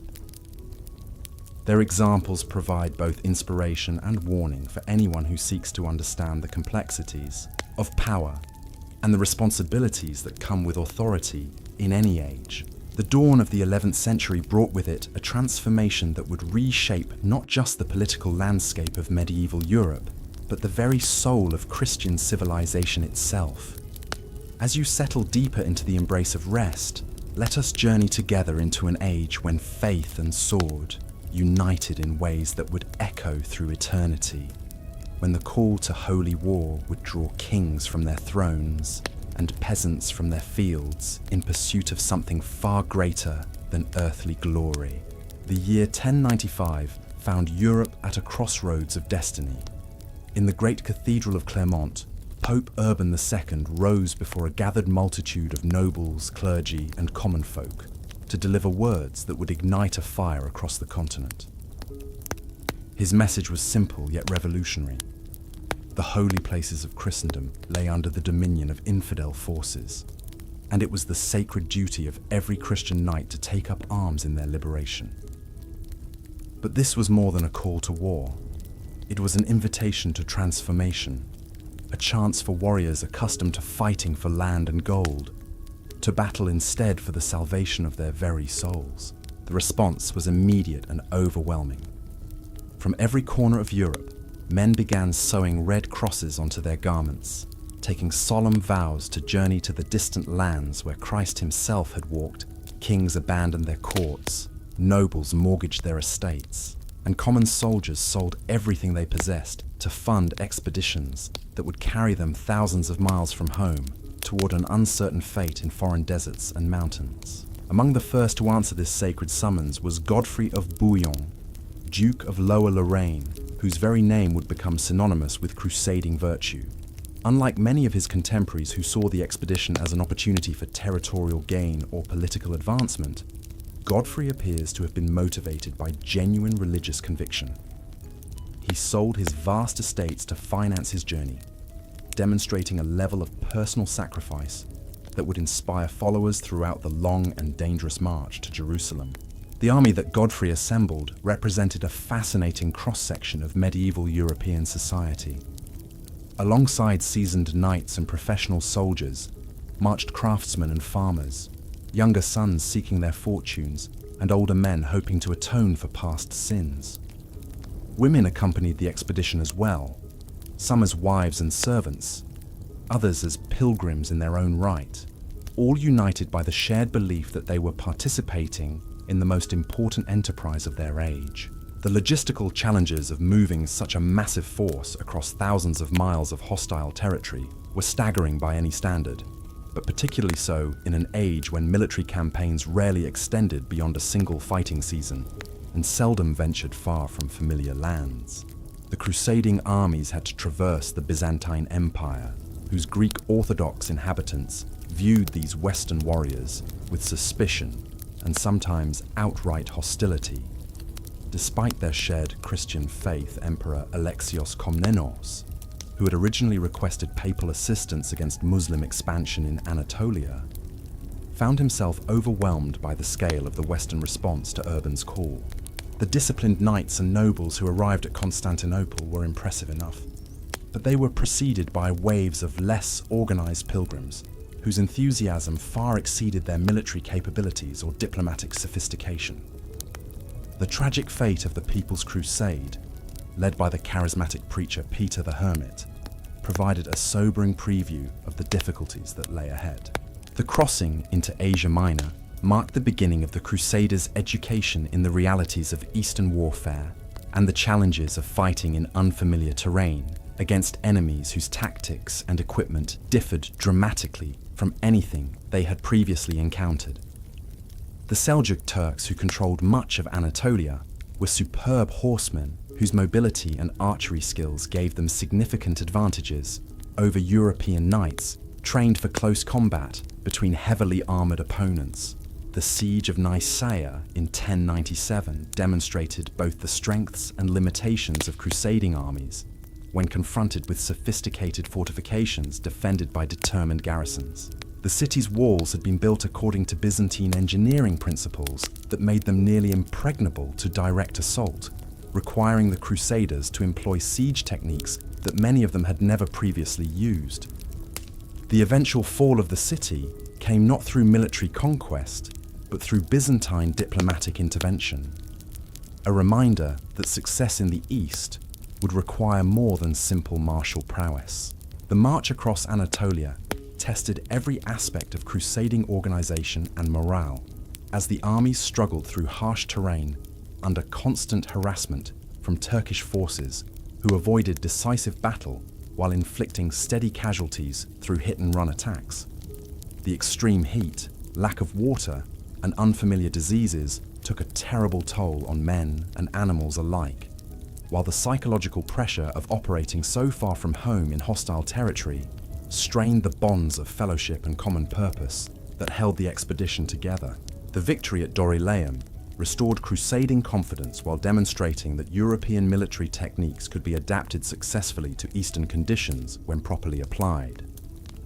The disciplined charge of heavily armored knights, coordinated with infantry support and backed by determined leadership, proved capable of breaking even the most skillful Turkish resistance when the tactical situation favored direct confrontation rather than prolonged maneuvering. The long siege of Antioch would become one of the defining episodes of the entire crusading movement, revealing both the extraordinary determination of the participants and the complex political dynamics that shaped their enterprise. The city's massive fortifications and strategic location made it impossible to bypass, but its capture required a siege lasting nearly 8 months, during which the Crusaders themselves came close to starvation and defeat. The discovery of the Holy Lance within Antioch's cathedral provided a dramatic moment of spiritual renewal that demonstrated the powerful role of religious belief in sustaining crusading morale during the darkest periods of the expedition. Whether the relic was genuine or fabricated by desperate clergy seeking to inspire their followers mattered less than its psychological impact on men who desperately needed reasons to continue their seemingly impossible quest. The leadership crisis that developed during the Antioch siege revealed the tensions between different national groups within the crusading armies and the competing ambitions of nobles who had not abandoned all worldly concerns despite their sacred vows. The dispute between Bohemond of Taranto and Raymond of Toulouse over control of the conquered city would establish patterns of political conflict that would plague crusading enterprises for centuries to come. The final approach to Jerusalem in 1099 represented the culmination of 3 years of extraordinary hardship and sacrifice, but it also marked the beginning of the most controversial phase of the entire crusading enterprise. The siege of the Holy City itself was relatively brief, lasting only 5 weeks, but the massacre that followed its capture would stain the crusading reputation for generations and create lasting animosity between Christian and Muslim populations throughout the Eastern Mediterranean. The establishment of the Crusader states in the aftermath of Jerusalem's conquest created an entirely new chapter in medieval political development, as European nobles attempted to create functioning governmental systems in territories whose populations, laws, and customs were entirely foreign to their experience.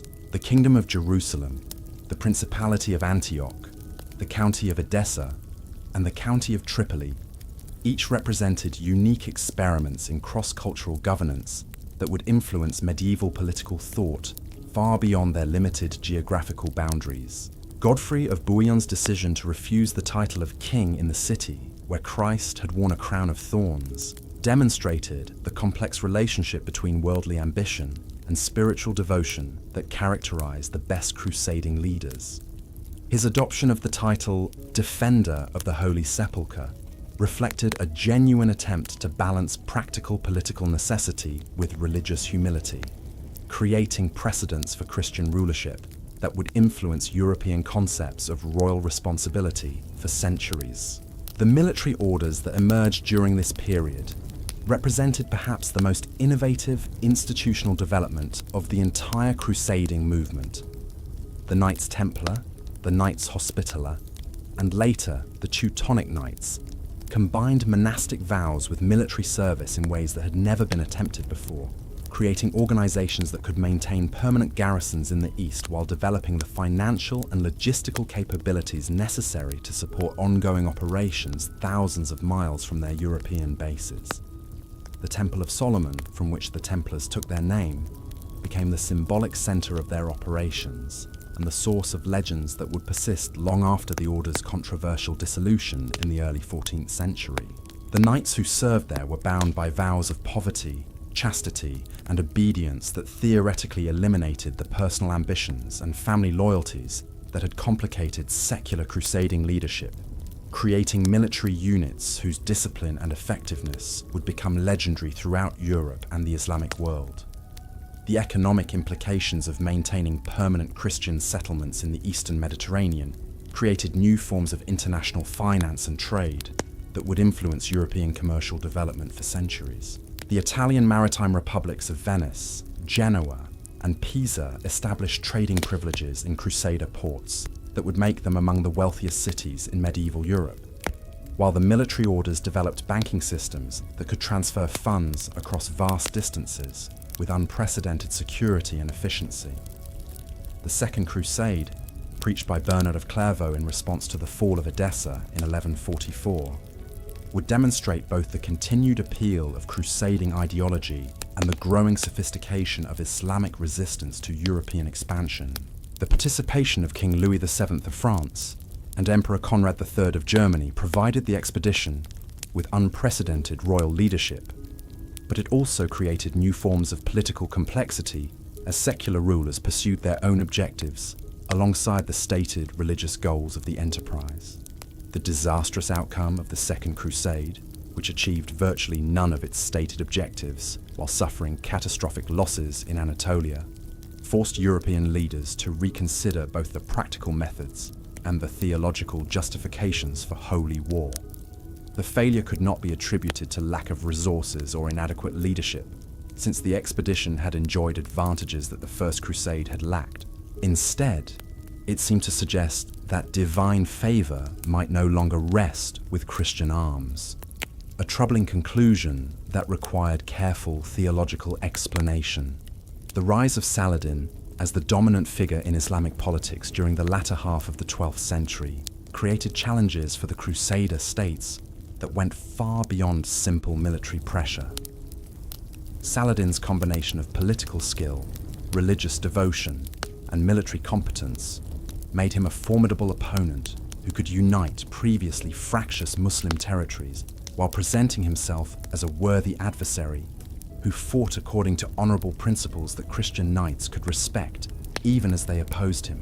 The Battle of Hattin in 1187 represented one of the most decisive military defeats in crusading history, destroying the field army of the Kingdom of Jerusalem and opening the way for Saladin's reconquest of the Holy City itself. The capture of the True Cross during the battle provided powerful symbolic confirmation of the Christian defeat, while demonstrating that military success alone was insufficient to guarantee divine approval of any particular cause or leader. The fall of Jerusalem to Saladin's forces created a crisis throughout Christian Europe that would launch the Third Crusade, the most famous of all medieval holy wars. The participation of three of Europe's most powerful monarchs, Richard the Lionheart of England, Philip Augustus of France, and Frederick Barbarossa of Germany, promised to restore Christian fortunes in the East, while creating unprecedented opportunities for political and military cooperation among rulers who were often bitter rivals in European affairs. The death of Frederick Barbarossa while crossing through Anatolia deprived the Third Crusade of its most experienced military leader, while providing a sobering reminder of the dangers inherent in any Eastern expedition. The German emperor's drowning in a minor river demonstrated that even the most careful planning and elaborate preparations could be undone by simple accidents, that medieval medical knowledge and transportation capabilities were powerless to prevent the rivalry between Richard and Philip Augustus that dominated the Third Crusade revealed how difficult it was to maintain unity of purpose among leaders whose political interests often conflicted with their crusading vows. Their dispute over the succession to the throne of Jerusalem created divisions within the Christian forces that ultimately prevented the recapture of the Holy City, despite significant military successes along the Palestinian coast. Richard's reputation as a military commander was established during the Third Crusade through victories that demonstrated the continued effectiveness of European military techniques when properly applied under competent leadership. His triumph at Arsuf showed that Saladin's forces, despite their earlier successes, remained vulnerable to well-coordinated attacks by disciplined Christian armies that could maintain formation under pressure while exploiting tactical opportunities with decisive action. The treaty that ended the Third Crusade represented a form of compromise that would have seemed impossible to the participants in the First Crusade, acknowledging that Christian and Muslim forces could coexist in the Holy Land under agreements that respected the legitimate interests of both sides. This diplomatic solution reflected the growing maturity of crusading leadership and the recognition that military conquest alone might not provide lasting solutions to the complex political and religious challenges of the Eastern Mediterranean. The Fourth Crusade, which culminated in the conquest of Constantinople in 1204, represented perhaps the greatest deviation from original crusading ideals as Western armies turned their weapons against fellow Christians in pursuit of territorial and commercial objectives that had little connection to the liberation of the Holy Land. The sack of the Byzantine capital created a scandal that would permanently damage relations between Eastern and Western Christianity, while demonstrating how easily religious enterprises could be corrupted by worldly ambitions. The Latin Empire, established in Constantinople following the Fourth Crusade, created new opportunities for European nobles seeking territorial advancement, while fragmenting Byzantine resistance to Islamic expansion in ways that would have long-term consequences for the balance of power in the Eastern Mediterranean. The short-lived Western dominion over the ancient imperial capital represented one of the most ambitious attempts at political transformation in medieval history, even as it revealed the limitations of military conquest, unsupported by genuine administrative capability or cultural understanding. The Children's Crusade of 1212, whether historical fact or later legend, captured something essential about the popular appeal of crusading ideology and the genuine religious enthusiasm that continued to motivate participation in holy war, despite the mixed results of official expeditions. The image of young people setting out for the Holy Land with nothing but faith to sustain them provided a powerful contrast to the increasingly political and commercial character of organized crusading enterprises. The Fifth Crusade, directed against Egypt rather than Palestine, represented a strategic innovation that recognized the importance of controlling the economic and political foundations of Islamic power, rather than simply attempting to capture symbolic religious sites. The temporary success of the expedition in capturing Damietta demonstrated the continued military effectiveness of European forces when properly supported and supplied. But the ultimate failure of the enterprise showed that strategic innovation alone was insufficient without corresponding improvements in logistics and political coordination. The remarkable career of Frederick II during the Sixth Crusade illustrated both the possibilities and the limitations of diplomacy as an alternative to military conquest in achieving crusading objectives. His success in negotiating the return of Jerusalem through treaty rather than siege demonstrated that intelligent leadership could accomplish through negotiation what military force had failed to achieve. But his controversial methods and complex political situation ensured that his diplomatic triumph would be short-lived.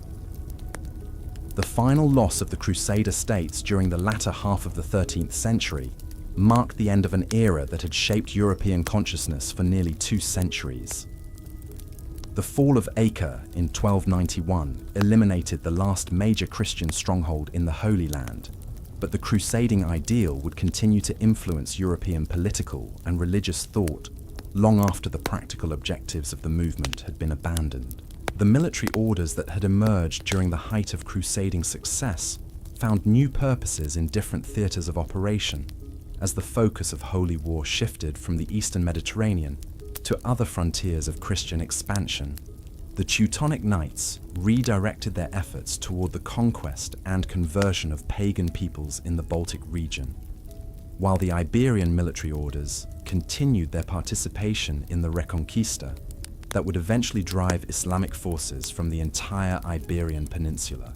The intellectual and cultural exchanges that occurred during the Crusading period created lasting connections between European and Islamic civilization that influenced medieval development in ways that extended far beyond military and political affairs. The translation of classical, philosophical, and scientific texts from Arabic into Latin provided European scholars with access to knowledge that had been lost in the West for centuries, contributing to the intellectual renaissance that would transform European universities and scholarly traditions. The economic networks established to support crusading enterprises created new forms of international commerce and banking that would outlast the military expeditions themselves, while contributing to the commercial revolution that transformed medieval European society. The Italian maritime cities that had profited from transporting crusaders and supplies would use their accumulated wealth and expertise to dominate Mediterranean trade for centuries, while the financial techniques developed by military orders would influence European banking practices well into the modern era.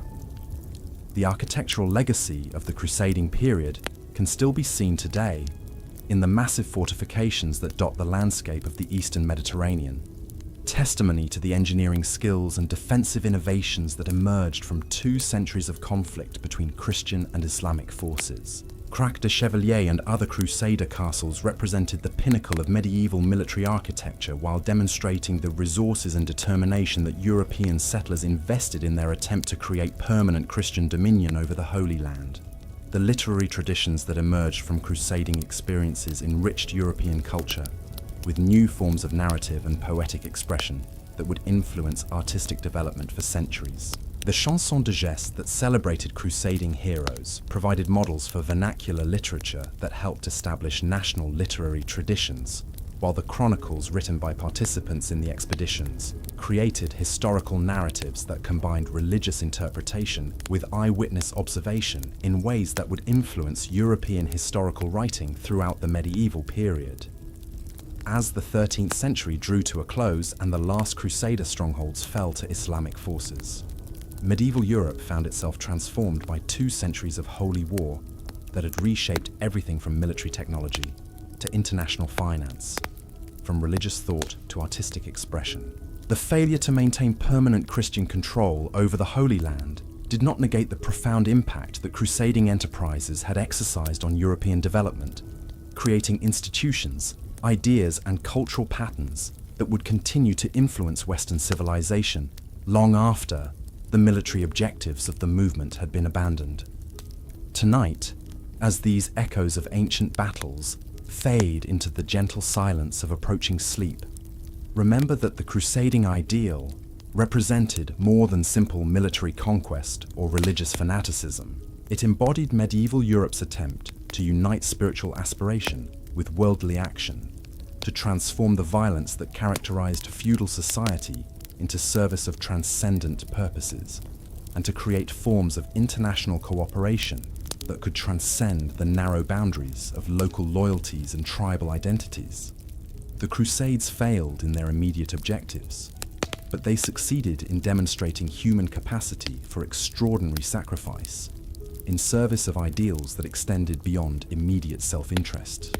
The knights who took the cross and journeyed to distant lands in service of their faith were neither perfect heroes nor simple villains, but complex individuals whose motivations combined genuine religious devotion with worldly ambition, whose actions reflected both the highest aspirations and the deepest flaws of medieval Christian civilization. Their stories remind us that human beings in every age struggle to balance competing loyalties and conflicting values, seeking ways to serve purposes greater than themselves while remaining true to the practical necessities of survival and success in an often hostile world.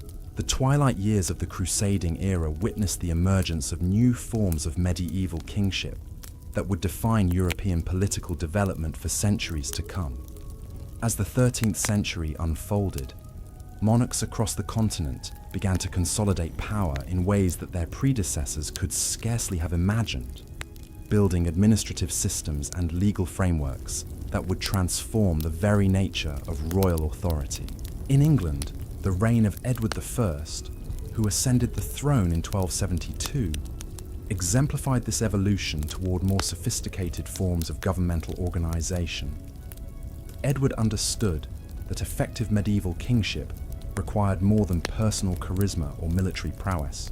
Though he possessed both in abundance, his approach to royal administration combined traditional feudal relationships with innovative bureaucratic procedures that created unprecedented capabilities for governing diverse populations across extensive territories.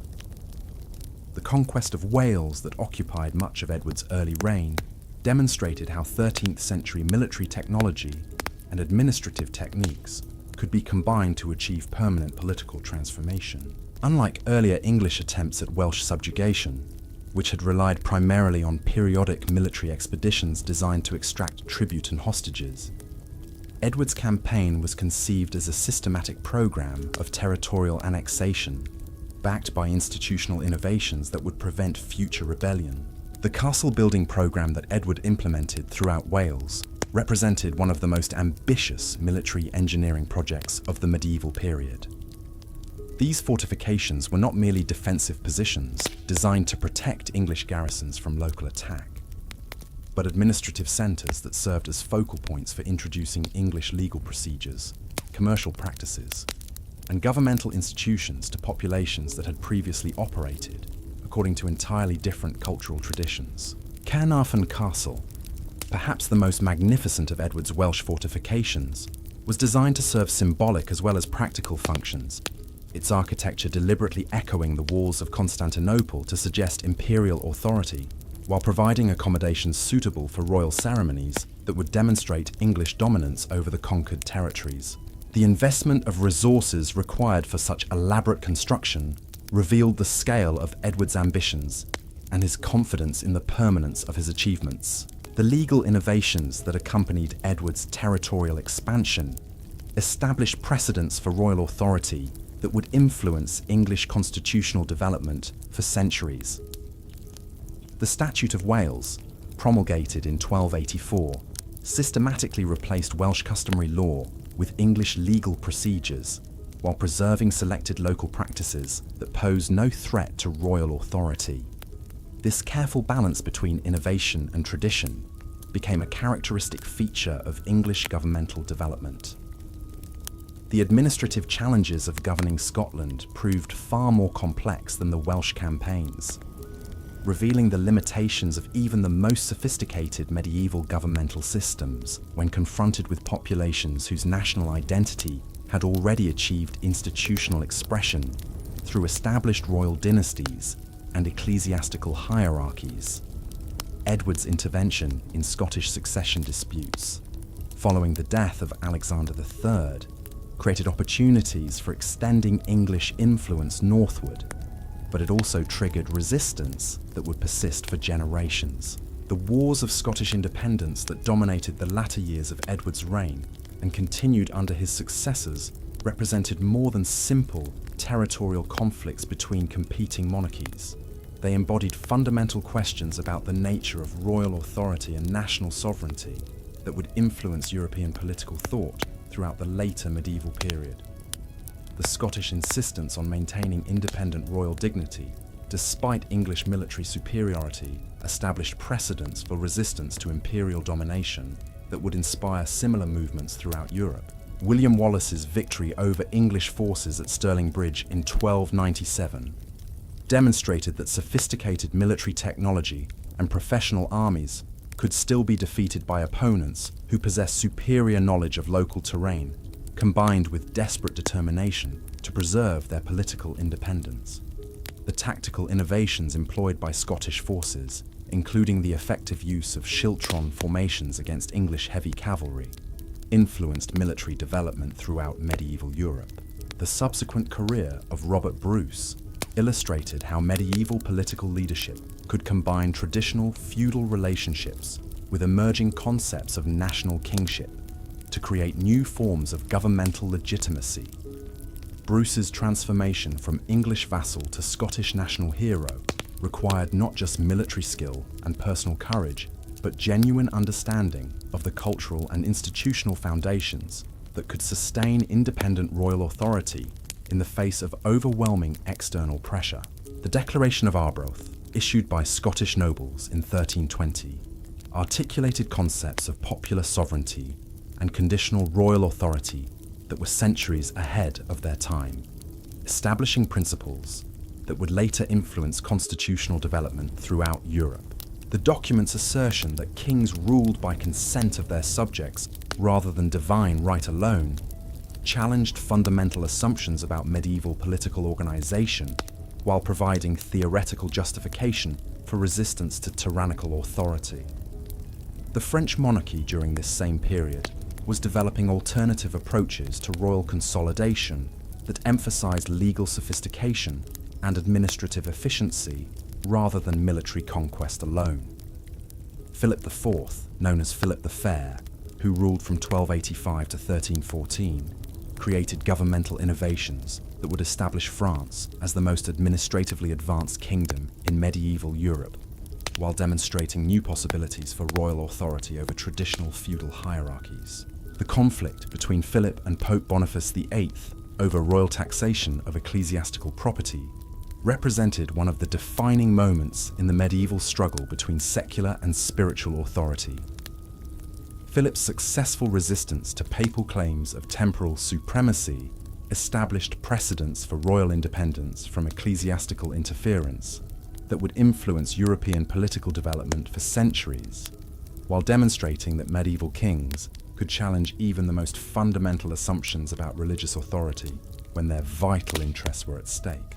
The establishment of the Estates General in 1302 represented Philip's recognition that effective royal government required some form of consultation with representatives of different social groups, even as he worked systematically to strengthen monarchical authority at the expense of feudal autonomy.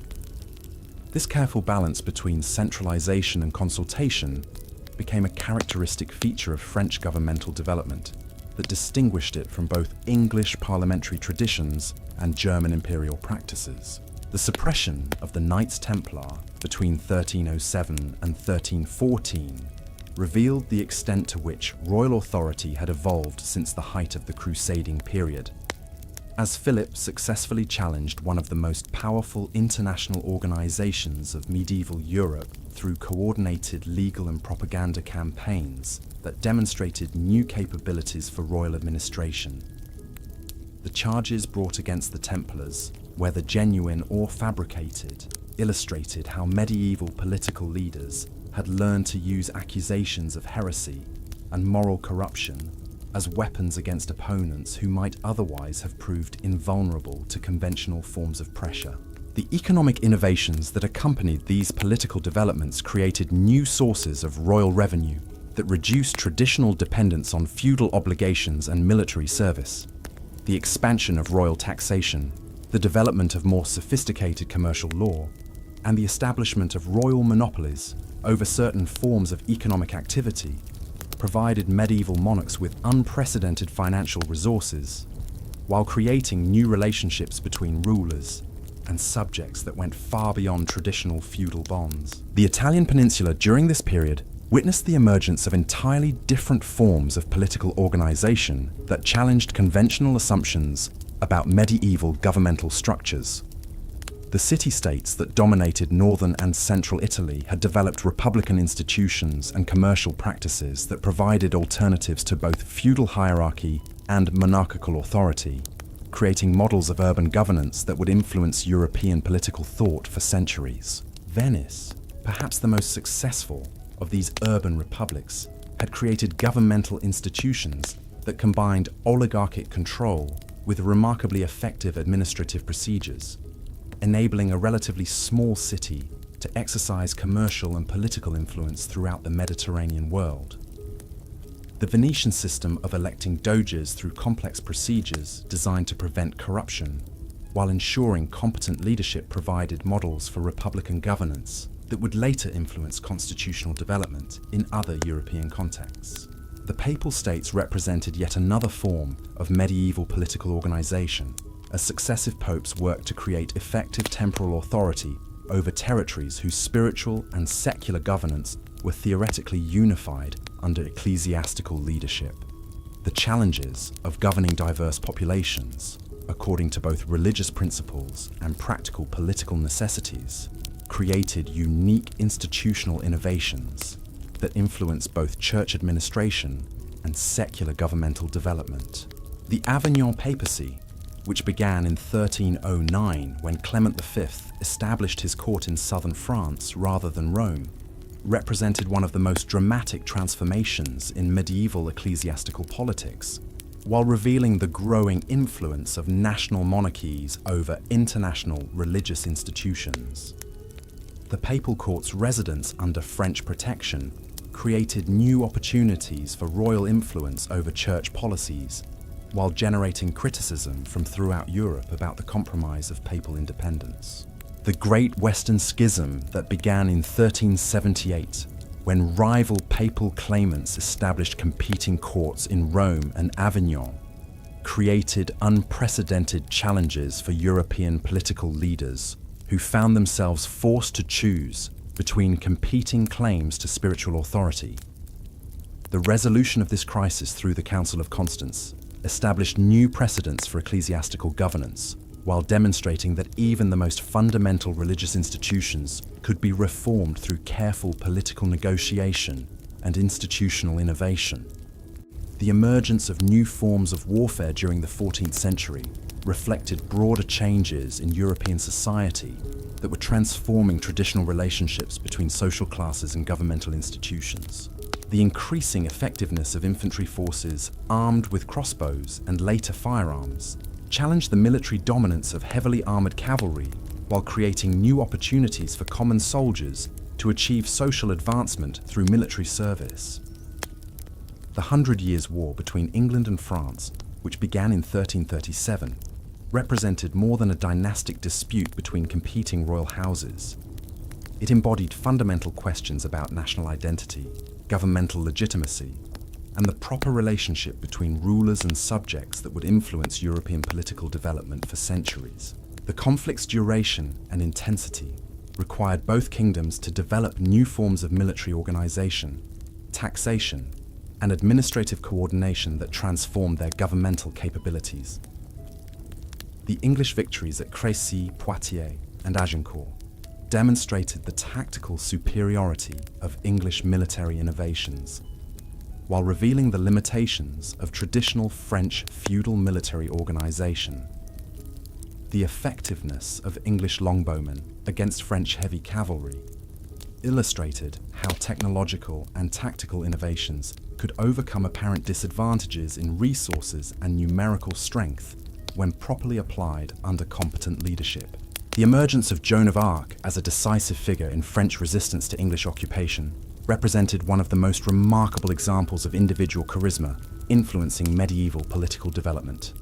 Her success in convincing Charles VII to allow her military participation, followed by her role in lifting the siege of Orléans, demonstrated how religious inspiration could provide motivation for political and military efforts that might otherwise have seemed hopeless. The trial and execution of Joan of Arc by English and Burgundian authorities illustrated the complex relationship between religious authority and political necessity that characterized much of medieval European conflict. The charges of heresy brought against her reflected genuine theological concerns about female claims to divine inspiration, but they also served political objectives by discrediting French resistance to English occupation, while providing legal justification for eliminating a remarkably effective enemy leader. The gradual French recovery that followed Joan's death demonstrated the resilience of medieval political institutions when supported by effective leadership and popular commitment to national independence. The systematic reconquest of English-held territories required not just military success, but administrative innovations that could restore effective governance to regions that had experienced decades of warfare and occupation. The emergence of Burgundy as a major European power during the later phases of the 100 Years' War illustrated how medieval political fragmentation could create opportunities for ambitious rulers to build new forms of territorial authority that transcended traditional feudal boundaries. The Burgundian dukes' success in uniting territories stretching from the Netherlands to central France created a political entity that combined the wealth of urban commercial centres with the military resources of rural feudal domains.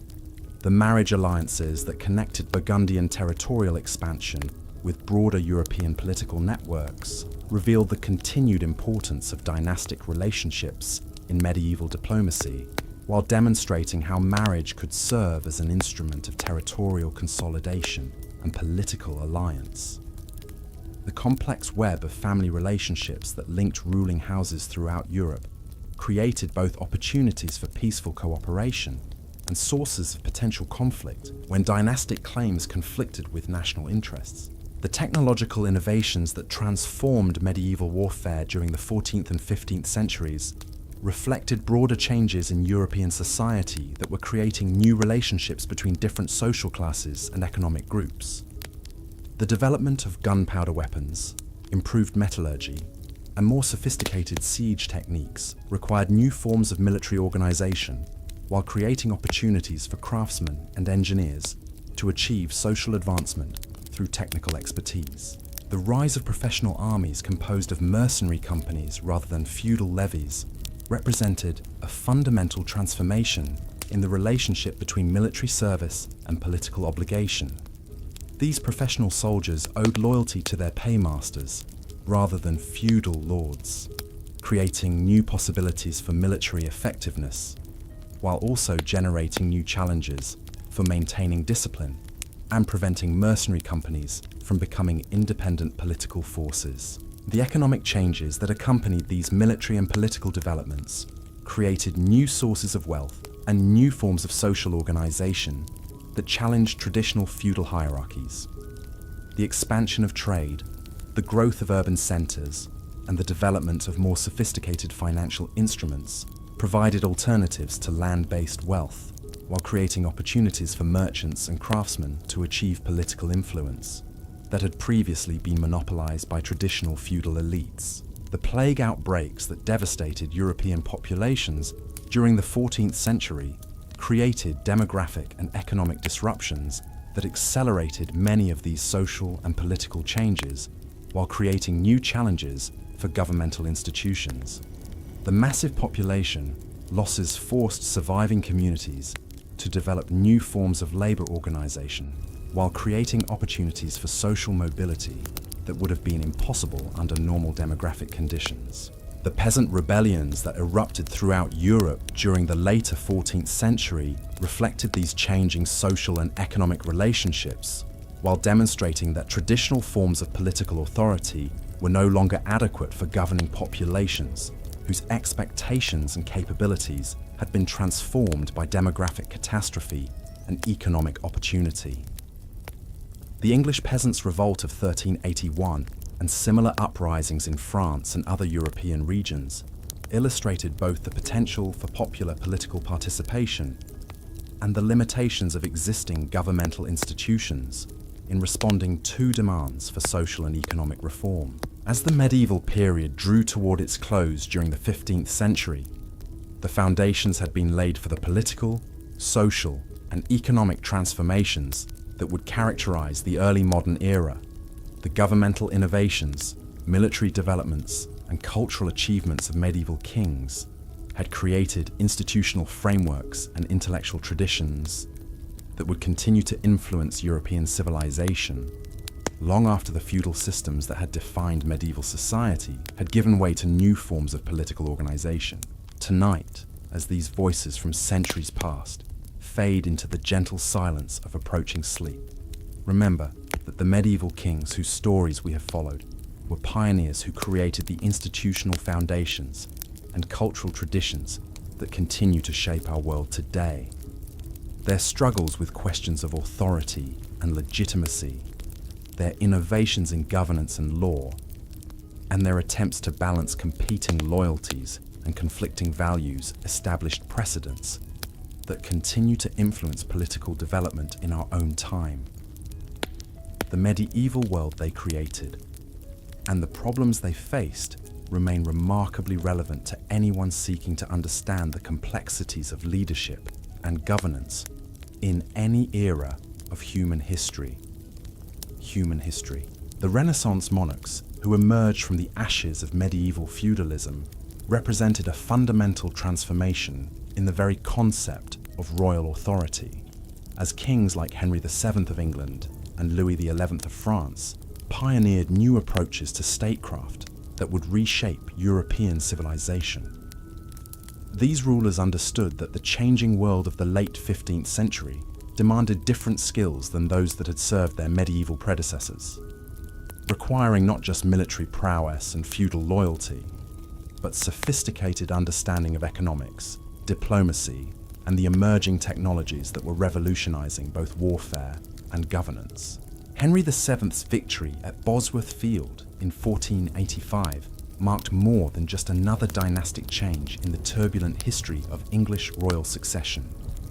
It represented the triumph of calculated political strategy over traditional feudal military power, as Henry's careful cultivation of supporters and his shrewd understanding of popular sentiment enabled him to defeat a king who possessed superior resources and more legitimate hereditary claims.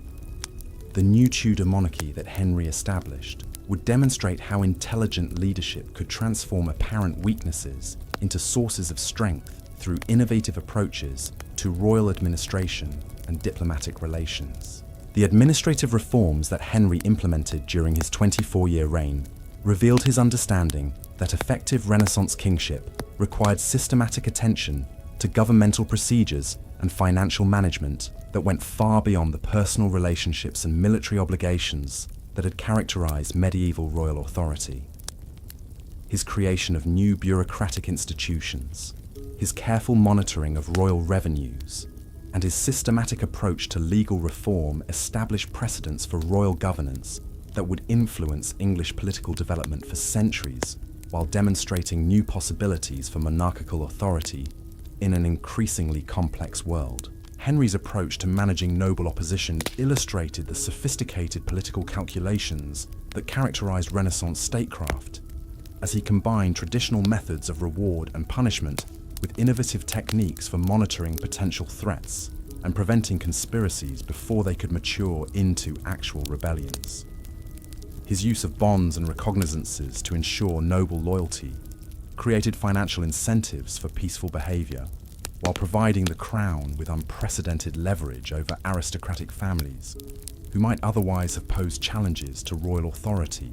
The marriage alliance that Henry arranged between his eldest son, Arthur, and Catherine of Aragon demonstrated his understanding that Renaissance diplomacy required long-term strategic thinking that could adapt to changing international circumstances while maintaining essential objectives. The Spanish marriage was designed to strengthen England's position in European affairs while providing protection against French expansion. But Henry's careful negotiations also included provisions that would protect English interests if the international situation changed unexpectedly. The economic policies that Henry pursued throughout his reign reflected his recognition that Renaissance monarchs needed independent sources of revenue that could support royal authority without requiring constant negotiation with potentially hostile parliaments or assemblies. His encouragement of trade and commerce, his systematic exploitation of feudal revenues, and his careful management of royal estates created financial resources that enabled him to maintain effective government while avoiding the fiscal crises that had weakened many of his predecessors. The death of Prince Arthur in 1502 created succession challenges that tested Henry's political skills, while revealing the complex calculations required for maintaining dynastic stability in an age when royal authority was becoming increasingly institutionalized, but remained fundamentally dependent on individual leadership and family continuity. Henry's decision to arrange Arthur's widow's marriage to his surviving son Henry demonstrated both his diplomatic sophistication and his understanding that Renaissance politics required flexibility in adapting to unexpected circumstances. The international situation that confronted Renaissance monarchs was far more complex than anything medieval kings had faced, as the emergence of powerful nation-states, the expansion of global trade networks, and the development of new military technologies created both opportunities and challenges that required entirely new forms of diplomatic and strategic thinking. The Italian wars that dominated European politics during the late 15th and early 16th centuries illustrated how traditional concepts of feudal obligation and territorial inheritance had become inadequate for managing conflicts that involved multiple kingdoms, sophisticated alliance systems, and military innovations that transformed the very nature of warfare. Charles VIII of France, whose invasion of Italy in 1494 initiated decades of international conflict, represented both the possibilities and the dangers inherent in Renaissance royal ambition.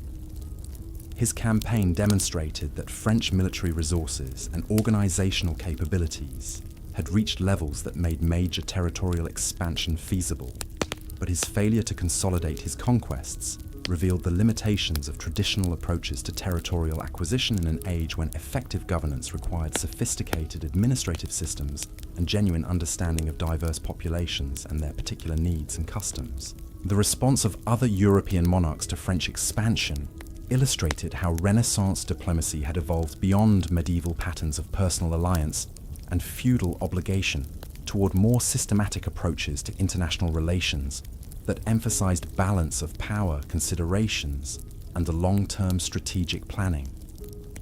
The League of Venice, that formed to resist French domination of Italy, included participants whose cooperation would have been impossible under traditional feudal systems, demonstrating new possibilities for international coordination, while revealing the complex calculations required for maintaining effective alliance systems. Maximilian I of Austria, whose long reign from 1493 to 1519 spanned the crucial transition from medieval to Renaissance political systems, exemplified both the opportunities and the challenges that confronted rulers during this transformative period.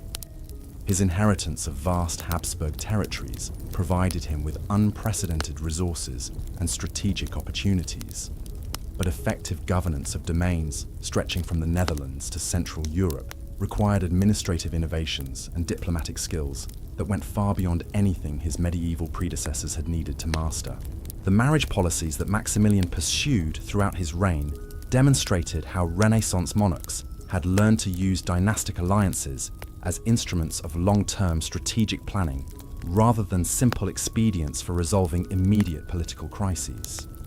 His arrangement of marriages linking Habsburg interests with Spanish, English, and other royal houses created a network of family relationships that would influence European politics for centuries, while establishing precedents for using matrimonial diplomacy as a systematic tool of international relations.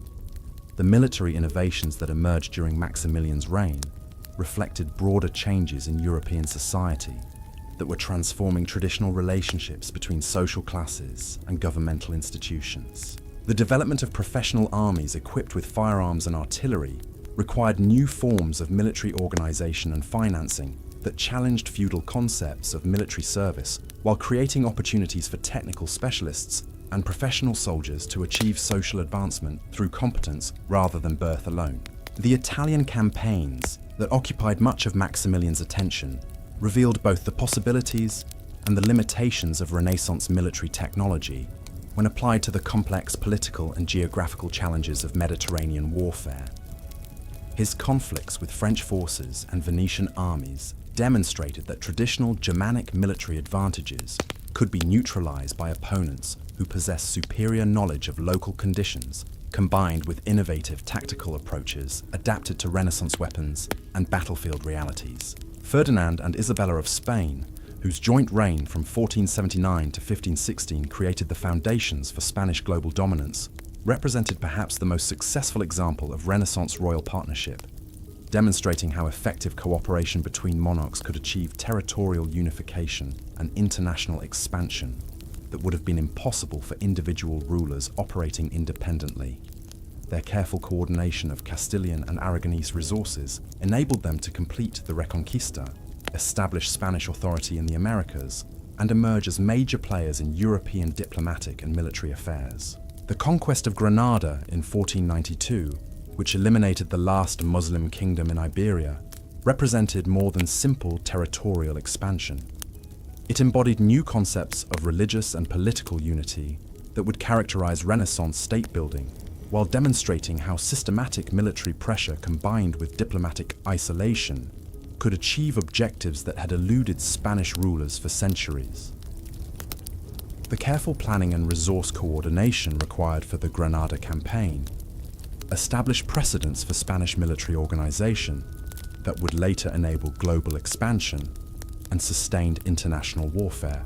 The expulsion of Jews from Spanish territories in 1492 illustrated the dark side of Renaissance state building, as Ferdinand and Isabella's pursuit of religious uniformity led to policies that eliminated productive populations while creating lasting damage to Spanish intellectual and economic development. Their decision reflected contemporary assumptions about the relationship between religious unity and political stability, but the long-term consequences would demonstrate the costs of prioritizing ideological conformity over practical considerations of economic and cultural diversity. The Spanish exploration and colonization of the Americas that began with Columbus's voyage in 1492 created entirely new challenges for Renaissance royal administration, as Ferdinand and Isabella found themselves governing territories whose geography, populations, and resources were entirely unlike anything European monarchs had previously encountered. The development of colonial administrative systems required innovations in law, governance, and economic organization that would influence European political thought for centuries, while creating new forms of international relationship based on systematic exploitation of distant territories and populations. The encomienda system that Spanish authorities established in the Americas represented an attempt to adapt feudal concepts of personal obligation and territorial control to colonial circumstances that bore little resemblance to European social and economic conditions. The system's evolution from theoretical protection of indigenous populations towards systematic exploitation revealed both the adaptability of European institutional forms and their tendency to serve the interests of dominant groups regardless of their stated humanitarian objectives. The wealth that flowed from American colonies to Spanish coffers created new possibilities for Renaissance royal power, while generating inflation and economic disruption that would ultimately weaken Spanish domestic development. The massive influx of precious metals enabled Spanish monarchs to finance military campaigns and diplomatic initiatives throughout Europe. But the failure to invest colonial wealth in productive domestic activities created long-term economic problems that would limit Spanish political effectiveness in later centuries. The religious reforms that Ferdinand and Isabella implemented throughout their territories reflected Renaissance concepts of royal authority that emphasized monarchical responsibility for the spiritual welfare of subjects, as well as their temporal governance. The establishment of the Spanish Inquisition represented an extreme application of these principles, creating institutional mechanisms for enforcing religious conformity that would influence European religious and political development for centuries, while demonstrating how Renaissance state building could enhance governmental capabilities for social control and cultural manipulation. The diplomatic achievements of Ferdinand and Isabella established Spain as a major factor in European international relations, while demonstrating new possibilities for systematic alliance building and strategic planning that went far beyond traditional medieval approaches to international affairs. Their marriage alliances with Portugal, Austria, and England created networks of family relationships that would influence European politics for generations, while providing Spanish interests with protection against French expansion and other potential threats to Iberian security. The emergence of the Ottoman Empire as a major European power during the Renaissance period created entirely new challenges for Christian monarchs, who found themselves confronting opponents whose military capabilities, administrative systems, and cultural traditions differed dramatically from anything they had previously encountered. The Ottoman expansion into the Balkans and Central Europe required European rulers to develop new forms of military organization and international cooperation, while adapting their governmental systems to the demands of prolonged warfare against sophisticated enemies, operating according to unfamiliar strategic principles. Suleiman the Magnificent, whose reign from 1520 to 1566 marked the height of Ottoman power, represented a form of Renaissance monarchy that combined Islamic governmental traditions with administrative innovations that enabled effective rule over vast territories populated by diverse ethnic and religious groups. His legal reforms, military organization, and cultural patronage created governmental systems that were arguably more sophisticated than those of most contemporary European monarchs, while demonstrating alternative approaches to Renaissance state building that challenged European assumptions about political development and cultural superiority. The Siege of Vienna in 1529 represented one of the most dramatic confrontations between Islamic and Christian military systems during the Renaissance period, as Suleiman's forces came closer than any previous Muslim army to achieving decisive victory over the heart of Christian Europe. The Ottoman failure to capture the city resulted more from logistical challenges and tactical miscalculations than from superior European military capabilities, revealing how narrow the margin often was between success and failure in Renaissance warfare and international relations. The naval conflicts that accompanied Ottoman expansion into the Mediterranean created new challenges for European maritime powers, while demonstrating how Renaissance military technology and organizational innovations were transforming traditional patterns of naval warfare. The Battle of Lepanto in 1571, while occurring after Suleiman's death, represented the culmination of decades of naval competition that had required European powers to develop new forms of international cooperation and military coordination in order to maintain their positions in Mediterranean commerce and territorial control. The Protestant Reformation, that began with Martin Luther's challenge to papal authority in 1517, created religious and political upheavals that would test every assumption about Renaissance royal authority, while forcing monarchs throughout Europe to choose between competing claims to spiritual legitimacy that could not be reconciled through traditional diplomatic negotiations or military solutions. The religious divisions that emerged from the Reformation would create new possibilities for political alliance and conflict, while challenging fundamental concepts of governmental legitimacy and social order. Charles V, who inherited the Spanish throne in 1516 and was elected Holy Roman Emperor in 1519, found himself ruling territories more extensive than any European monarch since Charlemagne, while confronting religious, political, and military challenges that required entirely new approaches to imperial governance and international relations. His attempts to maintain Catholic unity while governing populations that included growing Protestant minorities illustrated the complex calculations required for effective Renaissance statecraft, in an age when religious and political authority could no longer be assumed to support each other automatically.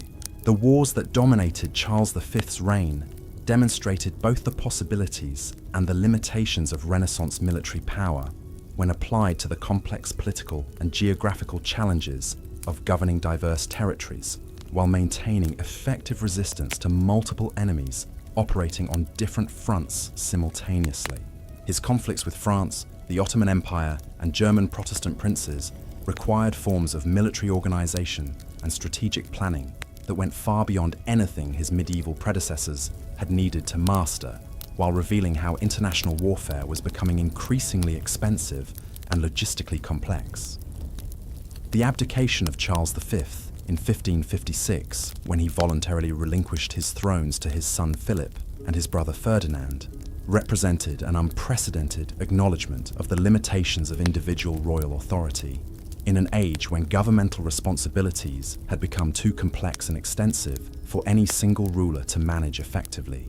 His decision to divide his territories reflected practical recognition that Renaissance political systems required specialization and regional adaptation rather than universal imperial control, establishing precedents that would influence European political development for centuries.